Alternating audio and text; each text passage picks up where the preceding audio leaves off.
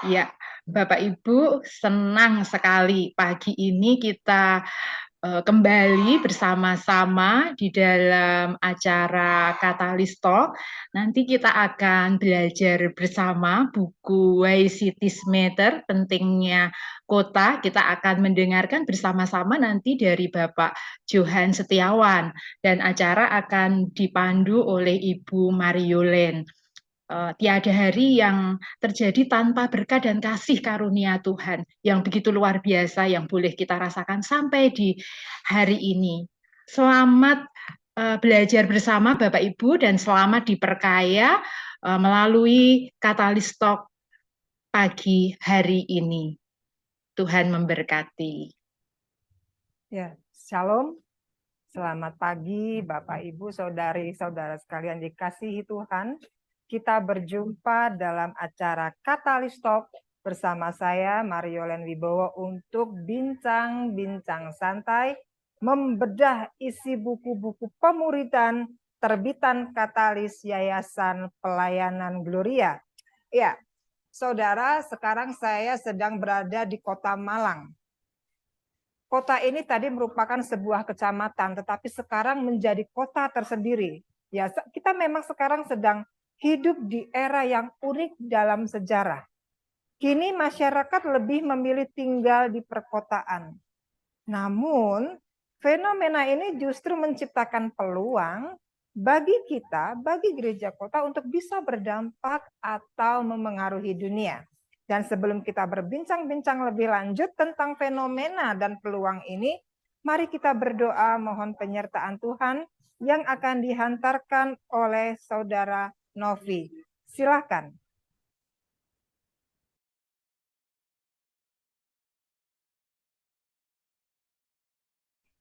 Baik, terima kasih Bu Mariolen. Mari Bapak Ibu, rekan-rekan semuanya kita bersatu dalam doa.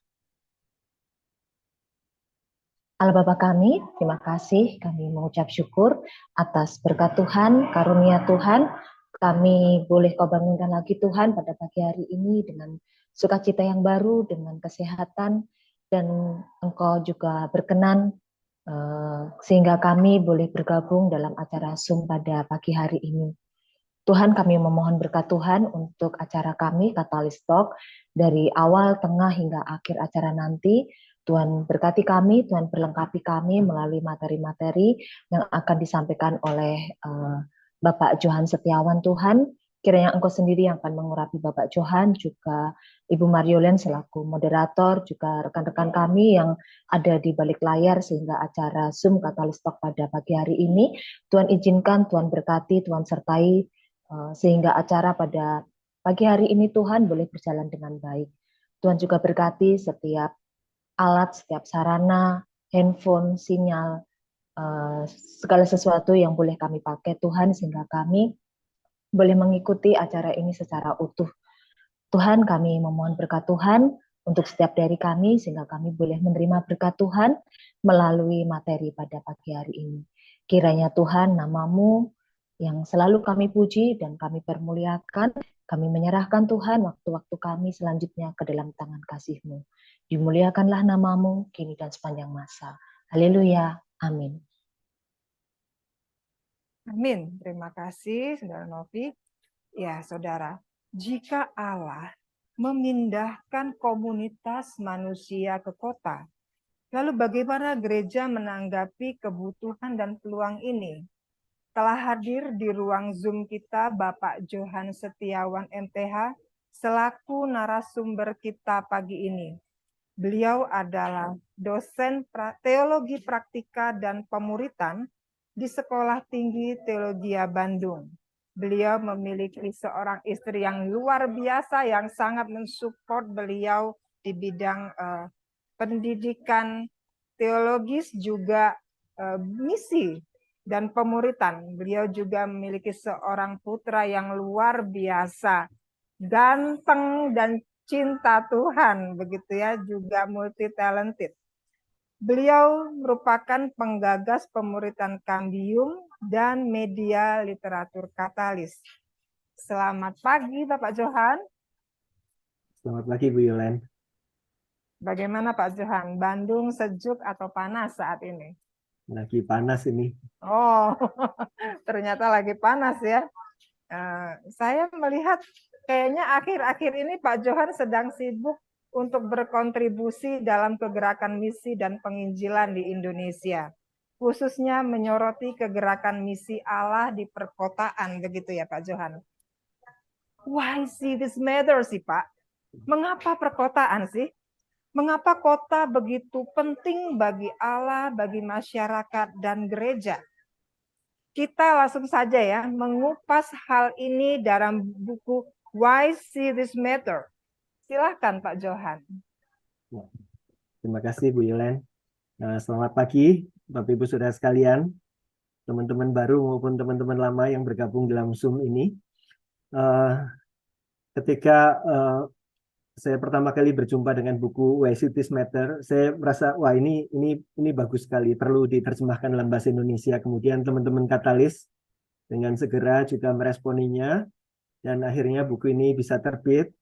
Dan senang jika pada pagi ini bisa punya kesempatan untuk membagikan apa isinya.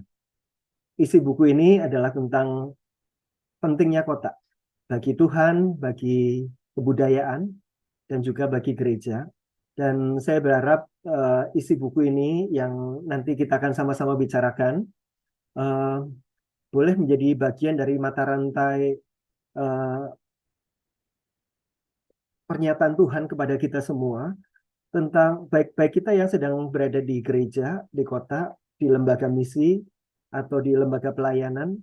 Saya pikir kita perlu semakin aware tentang pentingnya kota ini karena ada banyak hal yang sedang terjadi yang Tuhan sedang kerjakan, dan seringkali kita kurang mengantisipasi, kurang inline dengan apa yang Tuhan sedang kerjakan ini, sehingga strategi kita adalah strategi yang cocok untuk tahun-tahun yang dulu, tetapi mungkin tidak terlalu tepat untuk yang akan datang untuk penyelesaian amanat agung.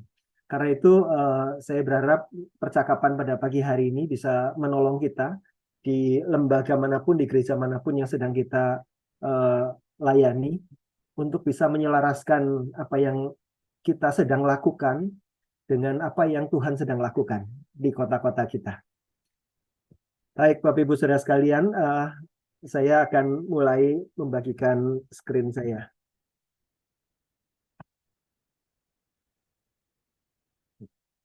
Apakah sudah terlihat? Oke. Why See This Matter? Pentingnya kota. Kita akan membedah buku. Sambil membedah buku, nanti saya akan tambahkan beberapa resource yang lain dan juga beberapa hal yang kita perlu cermati dan kembangkan dari pembelajaran melalui buku ini. Bapak Ibu Saudara sekalian, sebelumnya saya ingin mengawali dengan sebuah kuis. Silahkan Bapak Ibu mengisinya di kolom chat ya. Tidak ada hadiahnya ya Bu Yolen ya. Tetapi mari coba kita lihat apakah jawaban kita benar atau salah ya. Sebutkan nama 5 kota metropolitan terbesar di Indonesia menurut jumlah penduduknya. Jadi bukan menurut luasnya, tapi menurut jumlah penduduknya. Silakan, 5 kota metropolitan terbesar di Indonesia. Coba kita lihat apakah kita cukup mengenali kota-kota di Indonesia. Bisa langsung tulis di kolom chat.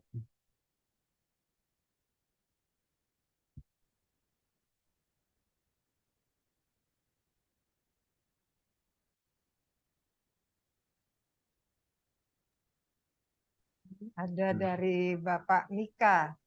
Medan, baru satu itu. Oh ini, Jakarta, Surabaya, Medan, Semarang, Manado.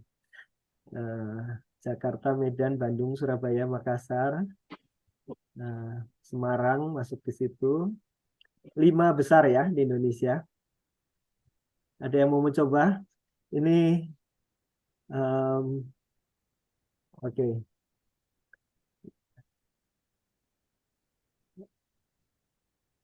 Jakarta, ada Semarang, ada Manado, Makassar. Oke, mari kita cocokkan ya dengan data dari pemerintah sekarang ini.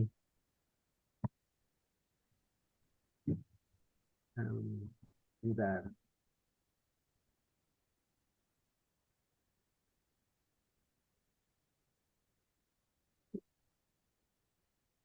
Nah, ini jawabannya. Yang pertama Jakarta, kedua Surabaya, ketiga dan keempat ini suka suka berebutan urutannya. Kadang-kadang Medan duluan, kadang-kadang Bandung duluan. Tetapi saya pakai data tahun 2021 itu Bandung duluan ya ini. Kemudian Palembang itu yang kelima, baru Semarang, Makassar, Batam, Pekanbaru, Bandar Lampung dan lain-lain. Jadi ini adalah 5 kota metropolitan terbesar Indonesia: Jakarta, Surabaya, Bandung, Medan, Palembang. Ini saya lihat Palembang kurang banyak disebut ya. Padahal itu salah satu yang besar. Jakarta memang beda banget ini ya, 11 juta. Surabaya sekitar 3 juta, Bandung dan Medan sekitar 2,5 juta. Jadi yang Palembang memang langsung ngedrop ke 1,7 dan seterusnya ke bawah. Oke, kita kuis yang kedua, Bapak Ibu Saudara sekalian. Silahkan, ini sebutkan nama 5 kota metropolitan terbesar di dunia menurut jumlah penduduknya. Ya, kalau tadi di Indonesia, sekarang di dunia.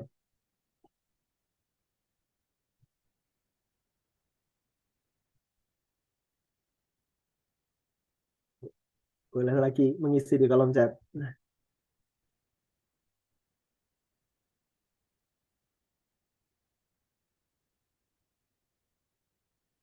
Tidak harus 5-5-nya, bisa kalau kepikir 1, 2, atau 3, boleh silakan dikirimkan jawabannya. 5 kota metropolitan terbesar di dunia dari sisi jumlah penduduk.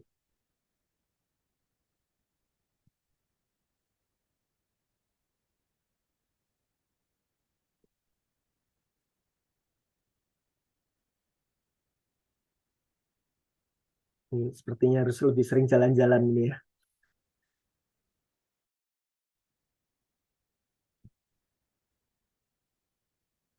Oke, ini jawabannya.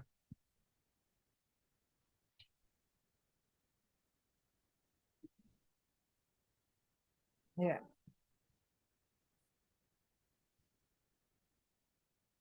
Ya, ini adalah kota-kota dengan penduduk terbanyak di dunia. Yang pertama Tokyo, kedua Delhi, Shanghai, Dhaka, dan Sao Paulo di Brasil. Kalau kita lihat di sana jumlah penduduknya, dari 10 besar ini, nomor 10-nya itu Osaka, Jepang, itu 19 juta ya. Jakarta 11 juta, jadi masih di bawah itu, cukup jauh. Ya. Jadi Bapak Ibu Saudara sekalian, banyak kota-kota yang saat ini kita sebut sebagai kota metropolitan, beberapa puluh tahun yang lalu belum ada sebagai kota metropolitan, masih kota kecil ya. Jadi ada perkembangan yang sangat besar sebetulnya yang terjadi di seluruh dunia termasuk di Indonesia. Nah, dalam Why Cities Matters ini menyatakan kepada kita tentang hal-hal yang sedang terjadi, perubahan-perubahan luar biasa yang sedang terjadi, dan konsekuensinya sangat besar bagi kita yang sedang menyelesaikan amanat agung. Dan kita perlu menyelaraskan strategi kita dengan apa yang sedang terjadi. Kita akan melihat bab 1 tentang pentingnya kota dari buku ini. Bapak Ibu Saudara sekalian, kita sudah memasuki satu milestone dari jumlah penduduk dunia. Pada bulan November tahun 2022, tanggal 15 tepatnya, itu yang secara simbolik dirayakan bayi ke-8 miliar. Jadi dunia kita ini dihidupi 8 miliar orang lebih. Ya. Jadi ini secara simbolik bayi ke-8 miliar di Filipina. Jadi inilah penduduk dunia kita yang sudah semakin padat. Kalau kita lihat pergerakan dari waktu ke waktu, dari tahun ke tahun, kita sekarang ada di sini ya, antara 2017 dan 2030. Diperkirakan 2030 menjadi 8,6 miliar, sekarang masih sudah 8,1 miliar kalau tadi saya cek di Google. 2050 akan 9,8 miliar dan seterusnya. Ini adalah proyeksi ledakan pertumbuhan penduduk. Jadi udah pertumbuhan penduduk itu tidak landai lagi ya, tidak pelan-pelan, tetapi lonjakan-lonjakan yang disebut sebagai ledakan penduduk. Nah, pertanyaan berikutnya adalah di mana pertambahan populasi ini berada? Waktu penduduk bertambah banyak, mereka tinggalnya di mana, begitu ya? Mari kita lihat di sini data lain dari United Nations, dari PBB. Data ini mengatakan kalau orang yang warnanya hijau di sini adalah orang-orang yang tinggal di desa, yang warnanya merah adalah orang-orang yang tinggal di kota. Pada tahun 1900, orang yang tinggal di kota itu 14%. Jadi kalau di dunia ada 10 orang, cuma 1,5 orang aja yang tinggal di kota, sisanya tinggal di desa. Ya, jadi sehingga usaha-usaha untuk kita menyelesaikan amanat agung dan sebagainya, kita mengutus orang ke desa-desa, ke pedalaman-pedalaman di mana kebanyakan orang berada di sana. Yang di kota cuma sedikit, 1,5 dari 10 orang. Pada tahun 1960, 60 tahun kemudian, dalam waktu yang tidak lama, 35% orang tinggal di kota dalam konteks urban. Jadi kalau ada 10 orang, 3,5% orang tinggal di kota, 6,5 tinggal di desa. Di desa masih lebih banyak. Tahun 2005, tepatnya sebetulnya kalau mau lihat cutting point-nya itu 2007, tahun 2007 kita sampai pada satu titik di mana orang yang tinggal di kota dan tinggal di desa itu jumlahnya sama, 50-50. Tahun 2007. Kita sekarang sudah 2023. Dan diperkirakan kalau proyeksi ini berjalan terus dengan konstan, maka tahun 2050 akan ada 70% orang yang tinggal di kota. Jadi kalau ada 10 orang, 7 tinggal di kota, 3 tinggal di desa. Yang tinggal di kota itu 2 kali lipat lebih banyak daripada yang tinggal di desa. Kalau 3 kali 2 kan baru 6 begitu ya. Jadi ini adalah tempat di mana ledakan populasi ini akan berada. Ini terjadi karena perpindahan dari desa ke kota maupun kota-kota yang menjadi bertambah besar dan bertambah banyak. Sehingga 70% orang tinggal di kota. Dan seringkali strategi kita, baik strategi gereja, strategi misi, dan sebagainya, masih memakai strategi di mana kebanyakan orang ada di desa. Kita mengutus orang ke sana. Dan itu masih tetap berlaku sampai saat ini. Tetapi makin lama makin berangsur, nanti kondisinya sangat berkebalikan. 7 dari 10 orang ada di kota, dan apa yang bisa kita persiapkan sebagai gereja dan sebagai lembaga pelayanan, lembaga misi untuk melihat pentingnya kota ini. Nah, ini adalah data dari UN. Kita melihat yang bagian warna merah ini orang-orang yang tinggal di urban, di kota. Yang warna hijau ini yang tinggal di desa.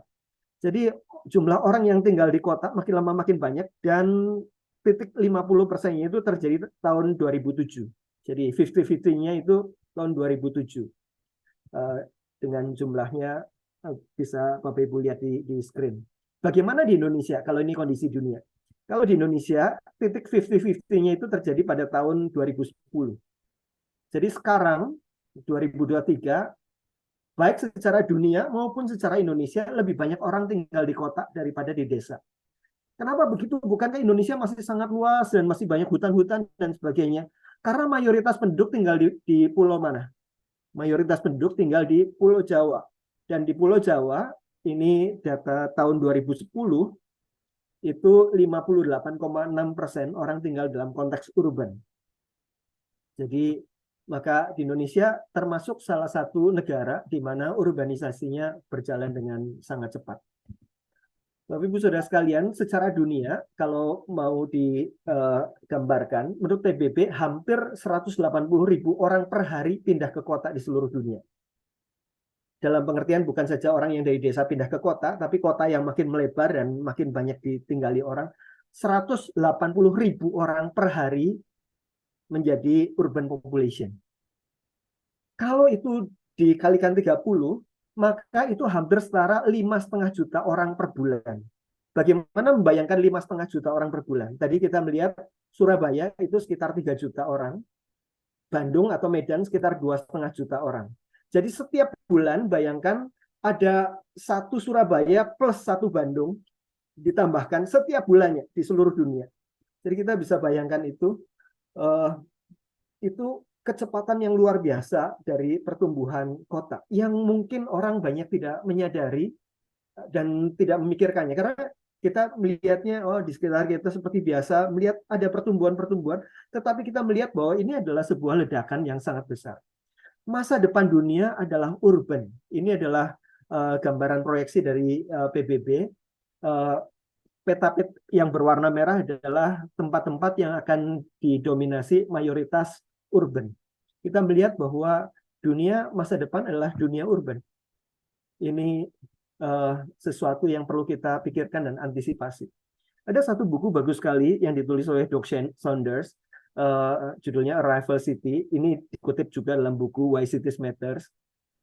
Doug Saunders mengatakan begini, ada satu peristiwa yang sedang terjadi di dunia, namanya migrasi terbesar, perpindahan terbesar dalam sejarah manusia, yang akan mengirimkan lebih dari 2 miliar manusia dari desa ke kota. Oh, ini migrasi yang luar biasa besar ya. Kalau sekarang 50-50, nanti akhirnya jadi 70%, 20% orang pertambahan ini, sekitar 2 miliar orang akan dipindahkan dalam waktu antara sekarang sampai 2050 itu ke kota. Ini migrasi terbesar dalam sejarah manusia.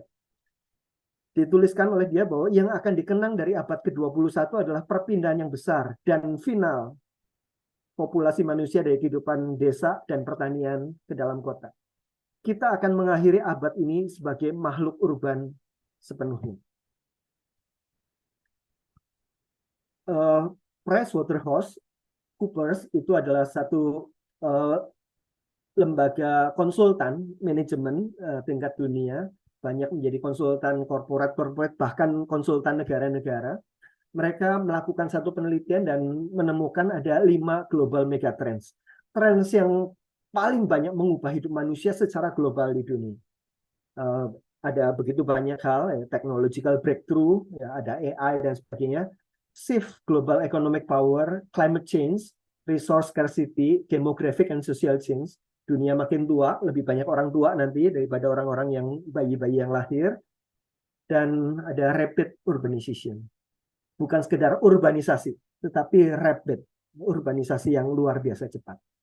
Itu adalah global megatrends. Dan di antara 5 global megatrends ini, yang paling banyak menentukan, mempengaruhi di mana orang akan tinggal dan bagaimana mereka akan hidup, itu adalah rapid urbanization. Tuhan sedang menggerakkan orang untuk mengisi kota. Kalau kita melihat hal-hal ini, orang-orang sedang dipindahkan untuk memenuhi kota-kota kita. Timothy Keller melihat hal ini, dan ini kata-kata yang paling sering dikutip dari Tim Keller kalau bicara tentang kota. The church has to be everywhere there are people. Gereja perlu ada di mana orang-orang berada, betul ya? Kalau gereja perlu ada di mana orang berada. But people are moving into city faster than the church is. Orang-orang pindah ke kota jauh lebih cepat daripada keberadaan gereja-gereja untuk melayani orang-orang di kota itu. If you love what God loves, you will love the city. Kalau kita mengasihi apa yang Tuhan kasih, orang-orang yang Tuhan kasih, maka kita akan mengasihi kota. Sangat berbeda dengan tantangan-tantangan yang sering kita dengarkan ya. Kalau kita mau menyerahkan diri, ayo kita pergi ke tempat-tempat yang untuk menjangkau di desa-desa dan sebagainya. Ini ada sesuatu yang sedang berubah di sini. Tuhan sedang membawa orang-orang itu ke kota. Bagaimana kita memikirkan strategi misi dan strategi bergereja sesuai dengan perubahan demografi yang luar biasa ini. Pikirkan, Tuhan sedang memindahkan komunitas manusia ke kota. Bagaimana gereja menanggapi kebutuhan dan kesempatan ini? Ada sesuatu yang perlu kita sesuaikan. Albert Mohler, dia presiden dari Southern Baptist Theological Seminary, ini menuliskan kalimat ini dikutip juga di buku Why Cities Matter. Hal ini sudah sangat jelas, yaitu kini kota menjadi tempat tinggal dari orang-orang. Dalam waktu kurang dari 300 tahun, dunia kita bergeser. Jika gereja Kristen tidak mempelajari cara baru pelayanan di kota, kita akan terpinggirkan dan ketinggalan. Injil Yesus Kristus membutuhkan generasi baru, orang-orang Kristiani yang berkomitmen ke kota-kota padat ini. Seperti yang dijelaskan oleh angka-angka baru ini, sebenarnya tidak ada pilihan.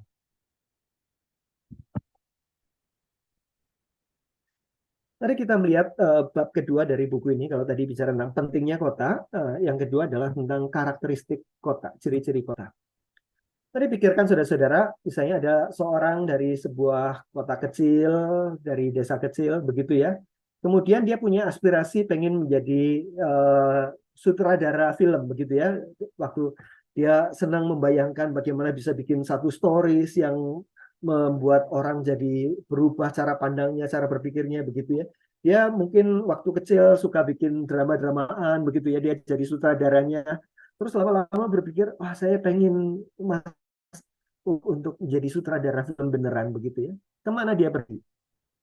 Dia tidak bisa tinggal terus di tempat itu karena tidak ada universitas misalnya yang memberikan uh, pemerlengkapan studi di bidang sinematografi. Tidak ada komunitas orang-orang film di mana dia bisa belajar, jadi volunteer, kemudian dia bergerak dan sebagainya. Orang-orang semacam ini akan pindah ke kota, akan pergi ke kota untuk studinya. Bayangkan situasi yang lain lagi. Ini ada orang yang tinggal besar, kemudian di dalam suasana agraris di desa, kemudian dia mencari pekerjaan, melihat lapangan pekerjaan terbatas, dia berpikir dia punya keinginan untuk membesarkan keluarga, punya anak dan sebagainya dengan standar pendidikan, standar kehidupannya lebih baik. Kemudian dia memikirkan kesempatan di mana yang paling besar memberikan itu. Kemudian dia mulai melamar, mendaftar, dan kebanyakan perusahaan-perusahaan yang punya skala besar ada di kota-kota. Kemudian dia pindah ke kota. Dan kemudian dia berkeluarga di sana, membesarkan anak-anaknya di sana, dan sebagainya, dan seterusnya. Kita melihat karakteristik kota itu menjadi seperti magnet. Ya. Kota menarik banyak orang, khususnya orang yang sedang mencari kesempatan pengembangan diri, pendidikan. Sekolah-sekolah terbaik ada di kota.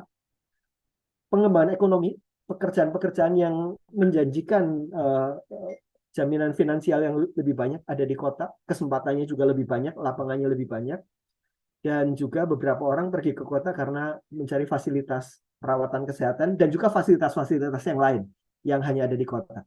Jadi kota menjadi seperti magnet, orang-orang berbondong-bondong pergi ke kota. Kalau kita mau pelayanan anak muda, youth ministry, kalau pelayanan kita di desa, maka kita setiap selesai SMA, bahkan sebelum SMA, anak-anaknya udah pada pergi ya, pindah ke kota untuk cari kesempatan pendidikan yang lebih baik dan sebagainya. Nah, di desa kita kehilangan anak-anak muda kita, di kota kita menerima anak-anak muda itu.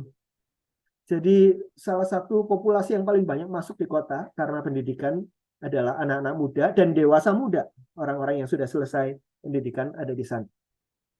Dan juga orang-orang yang mencari pekerjaan.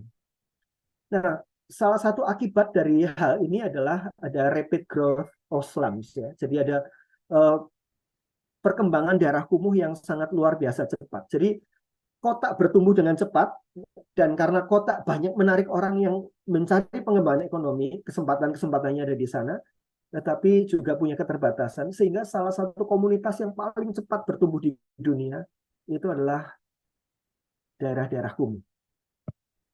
Data sebelum pandemi ini orang-orang yang tinggal di dalam urban slums itu sudah naik sampai 24%. Jadi di kota 1/4 dari orang yang tinggal di sana berpadat-padatan di daerah kumuh. Itu secara umum di dunia ya, ada yang lebih banyak, ada yang lebih sedikit. Nah, kita lihat ini supaya tidak terlalu jauh, inilah Batam, Bapak Ibu Saudara sekalian. Kalau kita jalan-jalan di jalan-jalan raya Batam, mungkin kita tidak melihat ini. Tetapi berdasarkan data tim terpadu Kota Batam, jumlah rumah liar yang ada di Kota Batam mencapai 50.000 unit, dan ini data yang sudah cukup lama sebetulnya, dan terus bertambah karena banyaknya pendatang. Ada banyak ruli ya, rumah liar, dan juga rumah kumuh di sana, karena mereka mencari kesempatan pekerjaan di situ. Dan kalau mereka tinggalnya terlalu jauh, mereka nggak bisa di dalam, kalau dipakai untuk ngekos atau kontrak rumah, habislah uang mereka, kemudian mereka tinggal di daerah ini. Kalau orang-orang yang tinggal di daerah slum, di daerah-daerah kumuh, itu tidak mungkin kita berharap ada human flourishing di dalamnya. Pengembangan ekonomi, pengembangan pendidikan, dan sebagainya, akses terhadap kesehatan, dan lain-lain. Ada banyak permasalahan-permasalahan yang mengikuti perkembangan kota, selain juga ada banyak kesempatan-kesempatan di dalamnya. Karakteristik kota yang lain, kalau tadi kota sebagai magnet, kota sebagai amplifier, seperti sebuah amplifier. Kalau kita pakai sound system itu, kita pakai ampli ya, ada mic, masuk ke ampli, kemudian keluar speaker. Suara kita jadi keras begitu ya, dari suara yang biasa. Nah, kota itu adalah menjadi pengeras seperti itu. Kota, begitu kita tinggal di kota, kota itu akan mengembangkan keterampilan dan kreativitas penghuninya dan mengubahnya menjadi industri, teknologi, dan budaya yang menggerakkan dunia. Kesempatan-kesempatan berinteraksi dengan creative mind yang lain, berdiskusi, ketemu dengan orang-orang dengan wawasan yang berbeda, kemudian juga ada kesempatan-kesempatan untuk mengembangkannya menjadi teknologi, menciptakan satu kreasi dan sebagainya, dan itu mempengaruhi dunia. Maka kecakapan dan keterampilan kita itu ketemu dengan mesin kota, orang-orang di dalamnya, organisasi-organisasi di dalamnya akan membuat kita menjadi punya amplifier yang kita tidak mungkin dapatkan di tempat lain.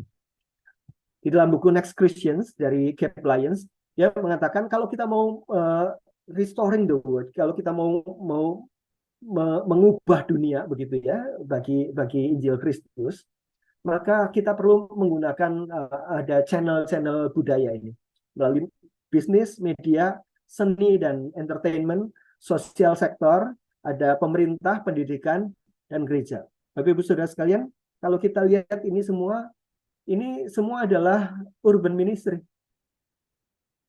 Pelayanan yang bisa kita kerjakan di kota. Di mana orang-orang seni ada dan berkarya. Di mana orang-orang media, orang-orang di dunia bisnis, di dunia pendidikan dan sebagainya. Maka ketika kita mau restoring the world, maka kota adalah tempatnya. Dalam buku Why Cities Matters ini dikatakan, as the city goes, so goes the broader culture. Kemana kota pergi, maka budaya yang lebih luas juga akan mengikuti ke sana. Kota itu membentuk dunia. Apa yang terjadi di kota tidak hanya akan tinggal di kota. Apa yang terjadi di kota akan menyebar ke tempat-tempat yang lain. Apa yang terjadi di desa belum tentu menyebar ke kota. Apa yang terjadi di kota akan menyebar ke tempat-tempat lain. Jadi kota membentuk budaya. 85% dari global GDP itu digerakkan di kota, dikerjakan di kota. Jadi secara industri dan sebagainya unbeatable, 85%. Dan karakteristik yang lain yang menurut saya sangat baik diungkapkan oleh penulis buku ini, kota itu sebagai pintu gerbang, sebagai gateway untuk masuk ke berbagai komunitas yang menjadi lebih terbuka di lingkungan yang plural. Ketika kita pelayanan di desa, maka ikatan kekerabatannya luar biasa di situ. Sehingga kalau ada satu orang bertobat menjadi percaya, maka tantangannya menjadi sangat luas di situ. Dan ada banyak tantangan, ada banyak kesulitan. Tetapi ketika kita pelayanan di kota, orang-orang lebih siap dengan lingkungan yang plural, dan orang lebih bisa melihat dirinya bukan dalam konteks tradisi dan kepercayaan yang lama, tetapi dia akan berinteraksi dengan lingkungan yang plural, dengan banyak agama dan kepercayaan yang lain. Di Singapura itu domestic worker atau pembantu rumah tangga yang paling banyak itu berasal dari Indonesia, datang ke sana. Dibandingkan dengan Filipina, dibandingkan dengan Myanmar dan sebagainya, paling banyak di sana. Dan setiap bulan ada pertobatan dari antara mereka, dibaptis menjadi orang percaya. Dan pergumulannya adalah ketika mereka dibaptis, menjadi percaya, dimuridkan di sana, pergumulannya adalah kalau mereka balik lagi ke Indonesia. Mereka akan berhadapan dengan orang tua, mertua, anak, kadang-kadang keluarga besar, begitu. Jadi ketika mereka ada di sana, mereka berinteraksi dengan banyak hal, pikirannya menjadi terbuka, tidak lagi terlalu terikat dengan banyak hal yang lain, kemudian mengeksplorasi imannya, dan punya keberanian mengaku percaya. Nah, masalahnya ketika mereka kembali, sehingga banyak pelayanan yang kemudian menyiapkan mereka untuk kembali dengan berbagai cara. Tetapi orang-orang di kota menjadi lebih terbuka, dan ketika mereka menjadi lebih terbuka, mereka menjadi pintu gerbang untuk masuk ke dalam komunitasnya. Bapak Ibu Saudara sekalian, kalau kita melayani misalnya di Timor Leste begitu ya, saya pikir tempat yang paling strategis untuk melayani di Timor Leste adalah di kota Dili, bukan kita masuk ke dalam-dalamnya. Karena orang-orang yang di sana itu orang-orang yang nanti akan membawa pengaruh ke yang lain-lain. Orang-orang yang sekolah di Universitas Negeri Timor di sana, begitu ya. Yang kemudian nanti akan punya pengaruh yang luas sampai ke desa-desa, sampai kemana-mana. Dan orang-orang yang di desa-desa pun pada datang ke kota. Dan mereka menjadi orang-orang yang lebih terbuka. Demikian juga di banyak tempat yang lain. Bapak Ibu Saudara sekalian, tidak heran kalau kita bicara tentang kota sebagai gateway, sebagai pintu gerbang, lembaga-lembaga pengutus misi yang besar, misalnya Within Reach, ada IMB, salah satu lembaga misi yang besar sekali dari Amerika, kemudian bahkan percakapan-percakapan di Lawson dan sebagainya, melihat bahwa kota adalah gateway untuk menjangkau dan menyelesaikan amanat agung. Tuhan sedang membawa orang-orang dari suku-suku terabaikan datang ke kota-kota kita. Jadi mereka mengutus, ini adalah, coba kita lihat di sini ada beberapa judul-judulnya. Intentionally reaching unreached people group in the urban setting. Reaching the ends of the earth through global gateway cities. Jadi mengutusnya sekarang kebanyakan mengutusnya ke kota-kota. Karena disitulah suku-suku terabaikan berbondong-bondong datang, gitu ya, dari berbagai suku. Kalau kita ada di sana berinteraksi dengan segala kebutuhannya, maka itu menjadi gateways untuk masuk ke dalam suku-suku di mana mereka berada. Misalnya kalau kita mau pelayanan di Butan, itu sangat tertutup negaranya dan sangat susah untuk di sana. Orang mau keluar dari kepercayaannya juga sangat susah. Tapi kita bisa melayani mereka di Kathmandu misalnya. Ada banyak pengungsi dari Butan, orang-orang yang pergi dari Butan ke negara Nepal, dan mereka tinggal di Kathmandu. Ketika di Kathmandu, kita bisa menolong dan melayani mereka, mereka lebih leluasa untuk menerima Kristus di sana. Dan mereka bisa menjadi pintu gerbang untuk masuk ke dalam komunitas mereka di Butan. Jadi ada sesuatu yang sedang berubah di sini. Dan menariknya Bapak Ibu Saudara sekalian, gereja-gereja kita banyak sekali berada di kota. Masalahnya adalah apakah gereja-gereja melihat opportunity ini, melihat kesempatan ini. Kalau dulu banyak mengutus orang-orang ke tempat-tempat lain, jadi kita menyiapkan orang-orang menjadi goer ya, kita pergi ke kota-kota lain, ke tempat-tempat lain. Saya pikir untuk strategi misi ke depan, kita perlu lebih banyak menyiapkan orang menjadi welcomer. Kita nggak usah pergi, orang-orang yang datang kok. Begitu orang-orang datang, apa yang kita lakukan kepada mereka? Menyiapkan gereja-gereja menjadi welcomer. Akan menjadi sesuatu yang sangat strategis ke depannya. Menara gemerlap kota menunjukkan kehebatan yang dicapai umat manusia sekaligus keangkuhan kita. Inovasi perkotaan dapat menghancurkan sekaligus menciptakan nilai. Ada begitu banyak kesempatan, tetapi juga ada begitu banyak tantangan di dalamnya. Bapak Ibu Saudara sekalian, kita akan sama-sama melihat selanjutnya bab 3, kalau tadi bab 1, bab 2 tentang Injil dan kota. Bab 3 adalah bab yang menarik Bapak Ibu Saudara sekalian. Bab 1 dan 2 juga menarik. Bab 3 ini adalah berbicara tentang teologi, tentang urban ministry. Jadi ketika kita melayani kota, apakah sekedar karena strategi, karena demografi, atau sebetulnya apa yang Alkitab bicarakan tentang kota? Dan sangat baik di dalam bab 3 ini bukan hanya mengambil beberapa ayat-ayat yang populer tentang kota di dalam Alkitab.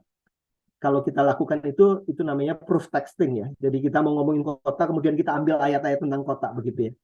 Tetapi yang dilakukan oleh penulis ini dalam bab 3 adalah melakukan pendekatan metanarasi Alkitab. Apa yang dikatakan tentang kota dari Kejadian sampai Wahyu begitu ya dalam babakan-babakan peristiwa penebusan ini. Nah, Ray Bake dalam buku yang sangat terkenal dulu, Theology as Big as the City, mengatakan bahwa kebanyakan orang Kristen membaca Alkitab dengan memakai kacamata pedesaan. Jadi kita melihat bahwa ternyata Alkitab itu lebih ramah terhadap desa daripada kota begitu ya.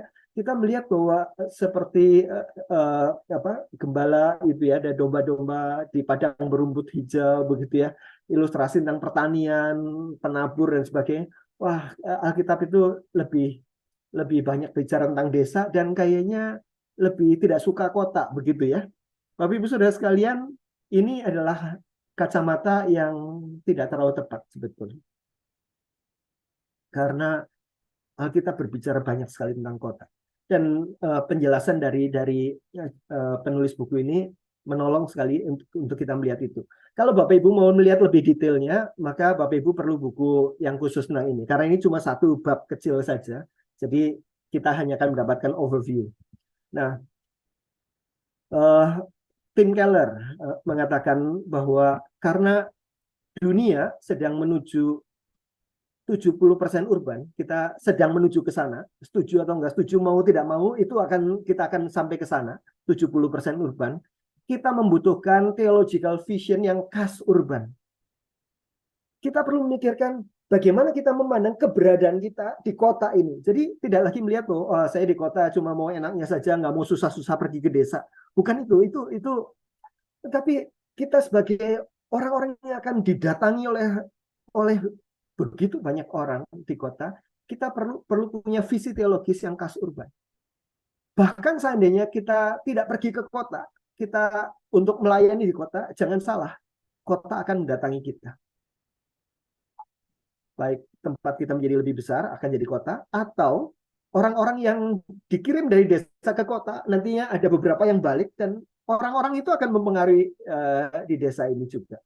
Kalau bukan orangnya, produknya akan mempengaruhi di desa. Jadi apa yang dikerjakan, diputuskan di kota akan mempengaruhi produk-produk itu, mempengaruhi kita. Jadi kita perlu punya theological vision yang khas urban.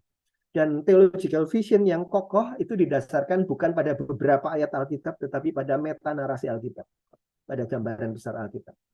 Mulai dari bagaimana di dalam penciptaan, pemberontakan, dan seluruhnya, apa yang dikatakan masing-masing kisah besar Alkitab ini tentang kota. Itu yang coba dipresentasikan oleh penulis ini. Saya merasa bahwa ini adalah satu rangkuman yang sangat baik yang disajikan dalam buku ini, meskipun kehilangan banyak dinamika detailnya, karena memang tidak dimaksudkan untuk khusus bicara tentang teologi misi perkotaan. Ya.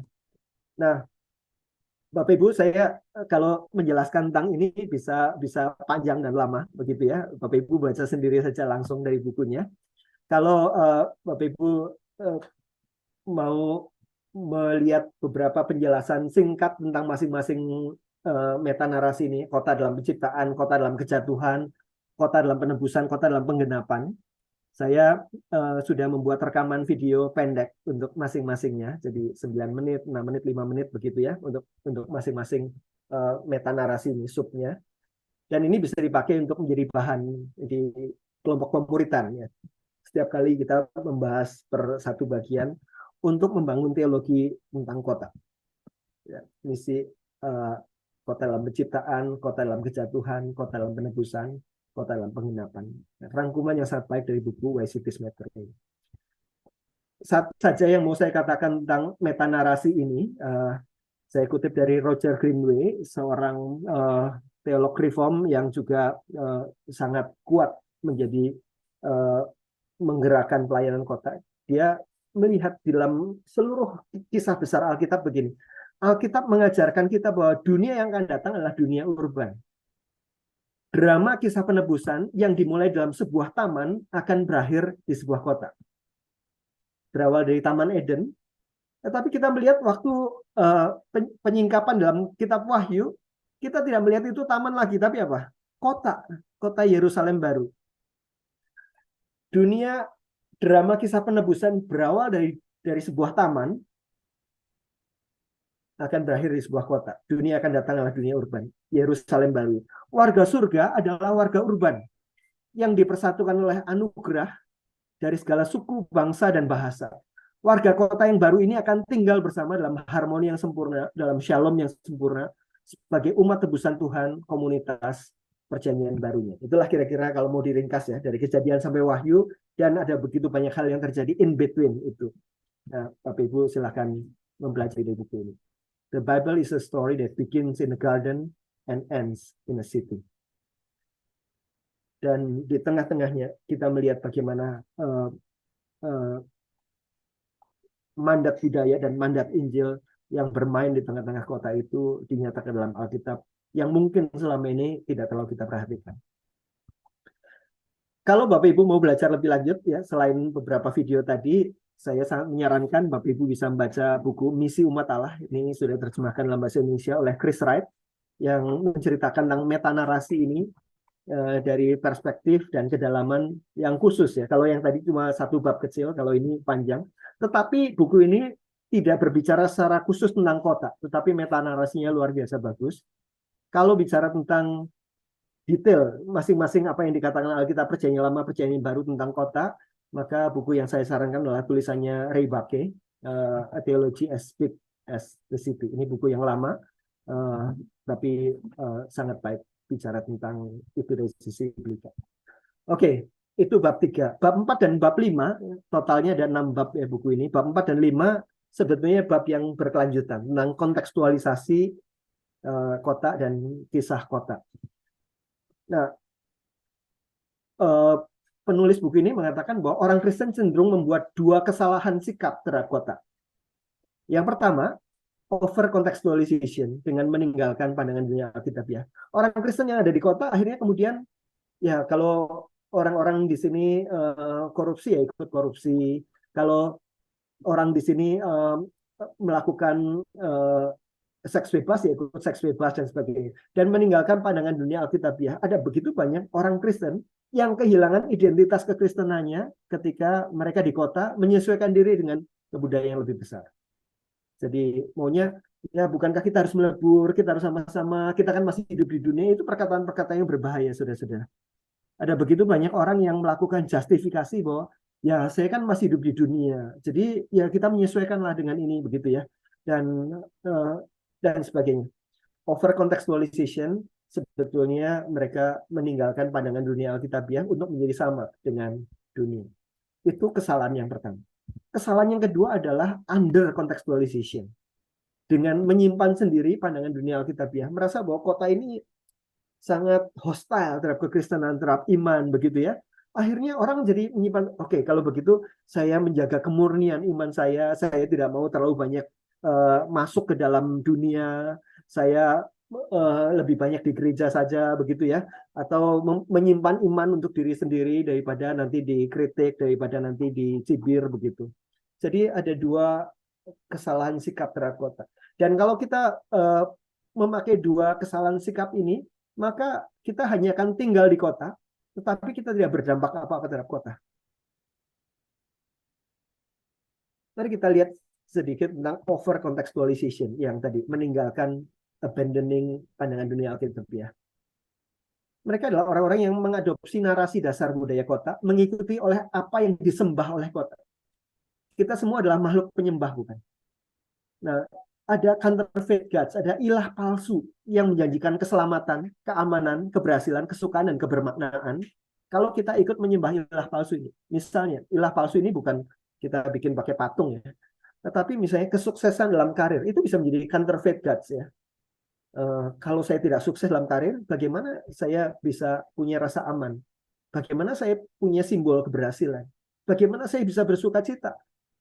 Saya menjadi tidak bermakna kalau saya tidak seperti itu. Kemudian dia melakukan banyak hal. Misalnya kalau zaman dulu orang melakukan child sacrifice ya, anaknya dikasih dalam altar, dibakar begitu ya. Itu zaman-zaman Alkitab itu ada seperti itu. Kita juga melakukan child sacrifice ya.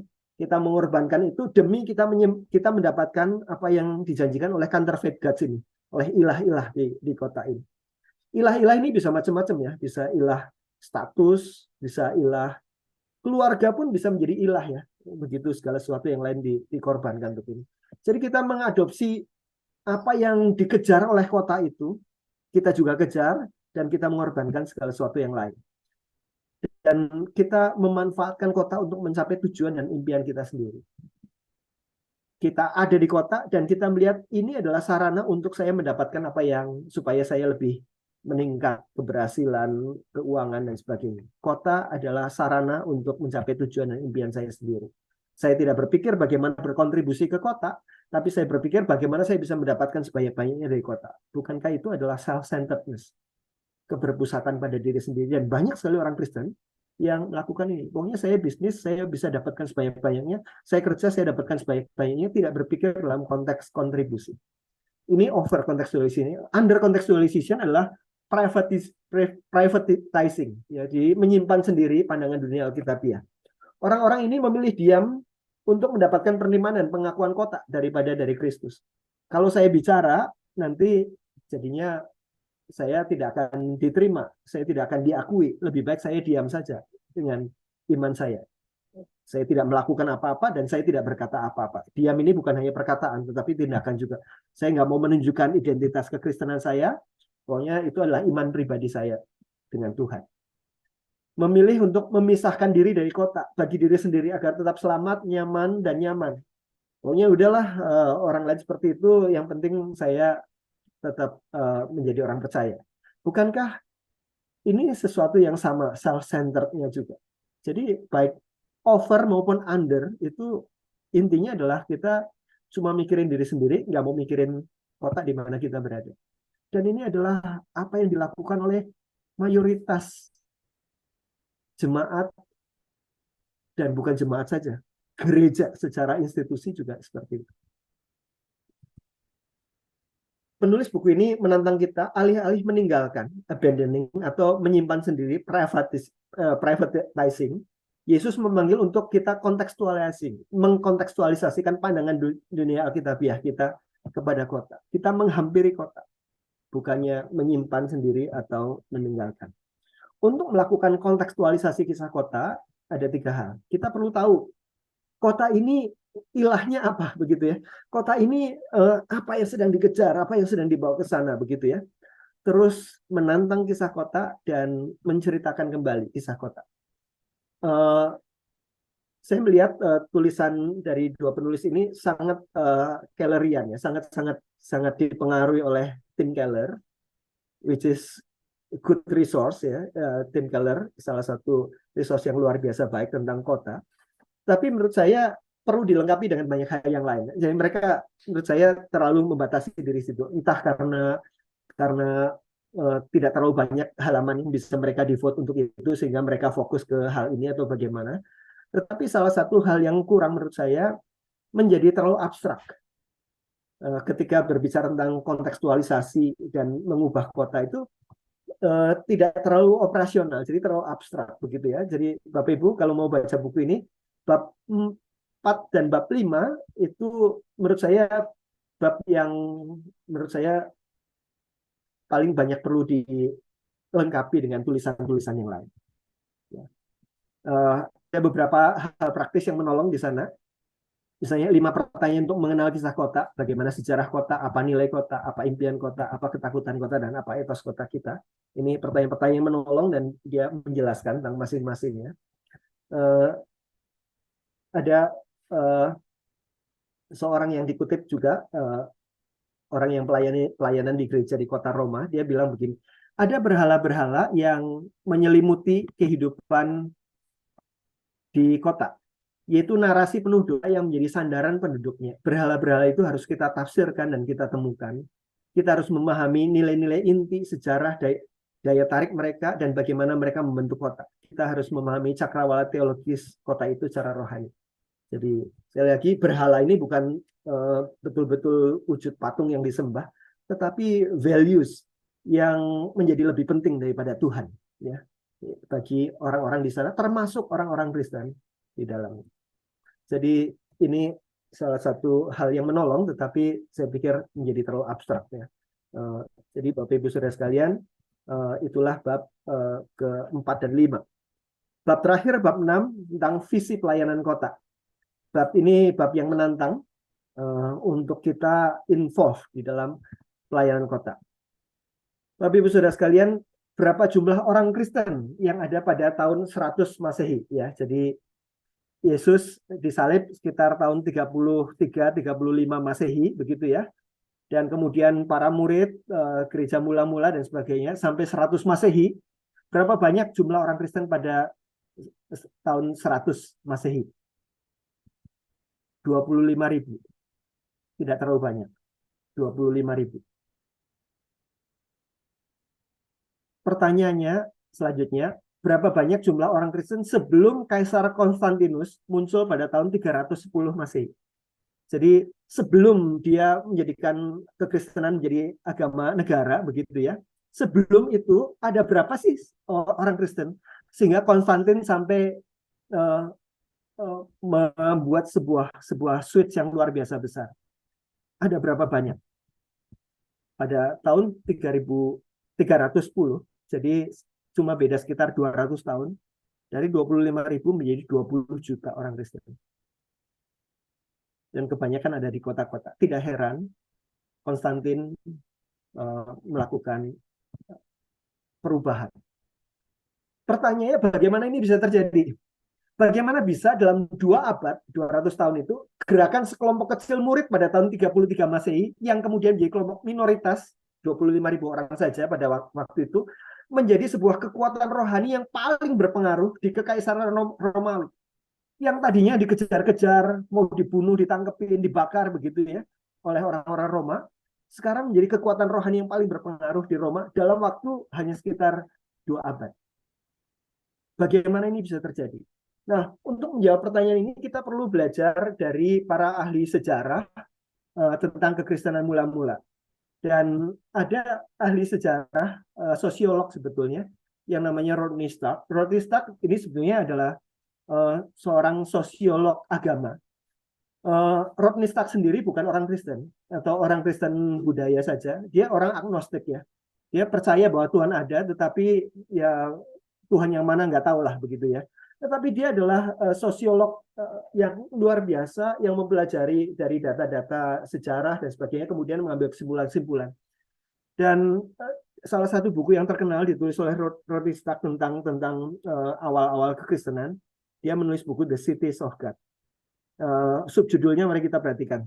The Real Story of How Christianity Became an Urban Movement and Conquered Rome. Kisah nyata bagaimana kekristenan menjadi gerakan urban dan menaklukkan Roma. Mari kita lihat beberapa kutipannya. Ini bukan seorang yang promotor kekristenan begitu ya. Ini dia orang agnostik, sejarawan. Dia melihat data-data itu dan mengatakan begini. Semua gerakan misionaris yang penuh semangat ini dalam waktu singkat menjadi urban. Menjadi gerakan dari kota ke kota. Jika tujuannya adalah untuk jadikan semua bangsa murid, maka para misionaris awal itu, murid-murid itu perlu pergi ke tempat di mana ada banyak kemungkinan orang-orang yang mau bertobat. Dan itu yang dilakukan Paulus. Maka perjalanan pengabaran Injil membawa Paulus ke kota-kota besar seperti Antioquia, Korintus, Athena, sesekali mengunjungi komunitas yang lebih kecil seperti Iconium dan Laodikia. Tidak ada catatan bahwa Paulus pergi ke desa-desa dan berkhotbah di sana. Tetapi kota-kota yang dipengaruhi oleh pengabaran Injil Paulus ini kemudian terus menyebar. Ketika Paulus melayani di Tesalonika misalnya, dan dia menulis surat berikutnya, dia mengatakan bahwa tidak ada tempat lagi di mana aku perlu memberitakan Injil. Padahal Paulus juga belum pergi ke semua tempat di situ. Tetapi orang-orang yang dipengaruhi oleh Injil, menerima Kristus di kota dan dimuridkan di sana, mereka menyebar mempengaruhi tempat-tempat yang lain. Itu yang dilakukan Paulus secara strategis. Perhatikan kesimpulan yang dari Rodney Stark ini. Dia mengatakan bahwa kekristenan perdana pada dasarnya adalah urban mission, urban movement. Bahkan kalau kita punya kata pagan ya, kita biasanya pagan itu kita sebut sebagai penyembah berhala, orang-orang yang agama-agama suku ya, kita bilang pagan, itu berasal dari kata paganus. Nah, arti harafiah kata paganus itu adalah orang-orang di desa. Dan kata ini memiliki makna religius karena setelah kekristenan menang di kota-kota, maka yang belum bertobat itu kota atau desa. Kebanyakan kemenangan ada di kota, yang belum bertobat di desa-desa, masih menyembah berhala dan sebagainya. Sehingga kata pagan itu sebetulnya arti harafiahnya adalah orang-orang di desa dalam pengertian orang-orang yang belum bertobat seperti ini. Jadi kekristenan pada dasarnya adalah sebuah urban movement. Dan kita punya warisan sejarah itu, Bapak Ibu Saudara sekalian. Di dalam buku yang lain oleh Rodney Stark juga, judulnya kalau kita perhatikan how the obscure marginal Jesus movement become the dominant religious force in the Western world in a few centuries.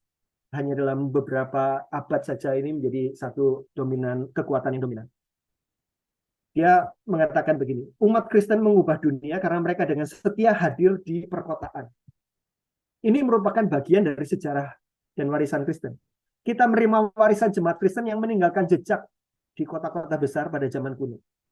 Kita bisa memahami Injil saat ini berkat penata layanan dan pelayanan dari mereka yang setia di kota. Kesimpulan yang luar biasa dari seorang sosiolog agnostik. Adalah baik kalau kita punya visi pribadi, baik juga kalau kita punya visi gereja. Gereja ini visinya punya apa? Tetapi ketika kita belajar visi teologis tentang kota, apakah kita secara pribadi atau gereja punya visi apa yang akan terjadi di kota karena kehadiran gereja? Apa yang akan membuat kota kehilangan kalau gereja tidak hadir di situ? Apa yang membuat masyarakat merasa, waduh, sayang sekali gereja ini kalau udah pergi ya, karena kehadiran ini mempengaruhi dan berdampak besar bagi kota. Itu akan terjadi kalau kita punya visi terhadap kota, bukan hanya visi gereja saja, tapi visi terhadap kota di mana kita hadir. Apa yang akan kita lakukan kepada anak-anak muda yang Tuhan kirimkan ke kota? Apa yang akan kita lakukan pada para profesionals yang sedang mempengaruhi dunia melalui seni, budaya, teknologi, industri yang mereka buat? Apa yang akan kita lakukan dengan suku-suku terabaikan yang Tuhan kirim ke kota-kota kita? Apakah kita punya visi terhadap kota atau visi gereja kita hanya berkaitan dengan 4 tembok gereja? Tidak lebih dari itu. Paling lebihnya sampai ke parkiran saja, gitu ya. Tapi Ibu Saudara sekalian, ini satu buku yang dikutip juga dalam Why Cities Matter, dikatakan begini. Ada gereja yang hanya ada di dalam kota, the church in the city. Tujuan mereka intinya hanya mengajak orang-orang masuk gereja untuk mendengarkan Injil. Itu sebuah tujuan yang bagus, mulia. Namun sayangnya seringkali cuma sampai di situ ujungnya, berhentinya di situ. Gereja-gereja semacam itu membuat program untuk orang-orang di dalam tembok gereja dan hanya kadang-kadang menjangkau keluar sampai ke kota, kadang-kadang saja. Fokus utama gereja-gereja ini adalah di dalam gedung gereja. Gereja-gereja seperti ini secara geografis berada di dalam kota, the church in the city, tetapi mereka tidak terlibat dengan masyarakat dan budaya kota. Mereka bukan menjadi the church for the city. Kalau kita refleksikan, apakah kita hanya sekedar the church in the city, gereja yang ada di kota, tetapi tidak connect dengan apa yang Tuhan sedang kerjakan dan Tuhan sedang bawa ke kota? Apakah kita juga punya visi teologis tentang the church for the city? Kehadiran kita di situ menjadi kehadiran yang berbeda. Saya menutup dengan beberapa bagian Alkitab yang juga dikutip oleh buku ini. Yunus pasal 4 ayat 10. Lalu Allah berfirman, engkau sayang kepada pohon jarak itu. Ini Tuhan ngomong kepada Yunus yang waktu itu menantikan penghukuman atas Niniwe ya. Kok Tuhan nggak hukum-hukum begitu ya. Malahan pohon jarak yang dia pakai untuk berteduh jadi mati begitu ya, karena ada ulat. Lalu Tuhan bilang, engkau sayang kepada pohon jarak itu, yang untuknya sedikit pun engkau tidak berjerih payah. Yang tidak engkau tumbuhkan, yang tumbuh dalam satu malam dan binasa dalam satu malam pula. Dan Yunus jadi uring-uringan terhadap pohon jarak yang mati ini.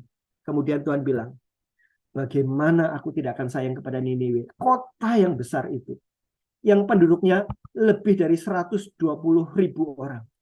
Yang semuanya tidak tahu membedakan tangan kiri dan tangan kanan yang dengan ternaknya yang baik.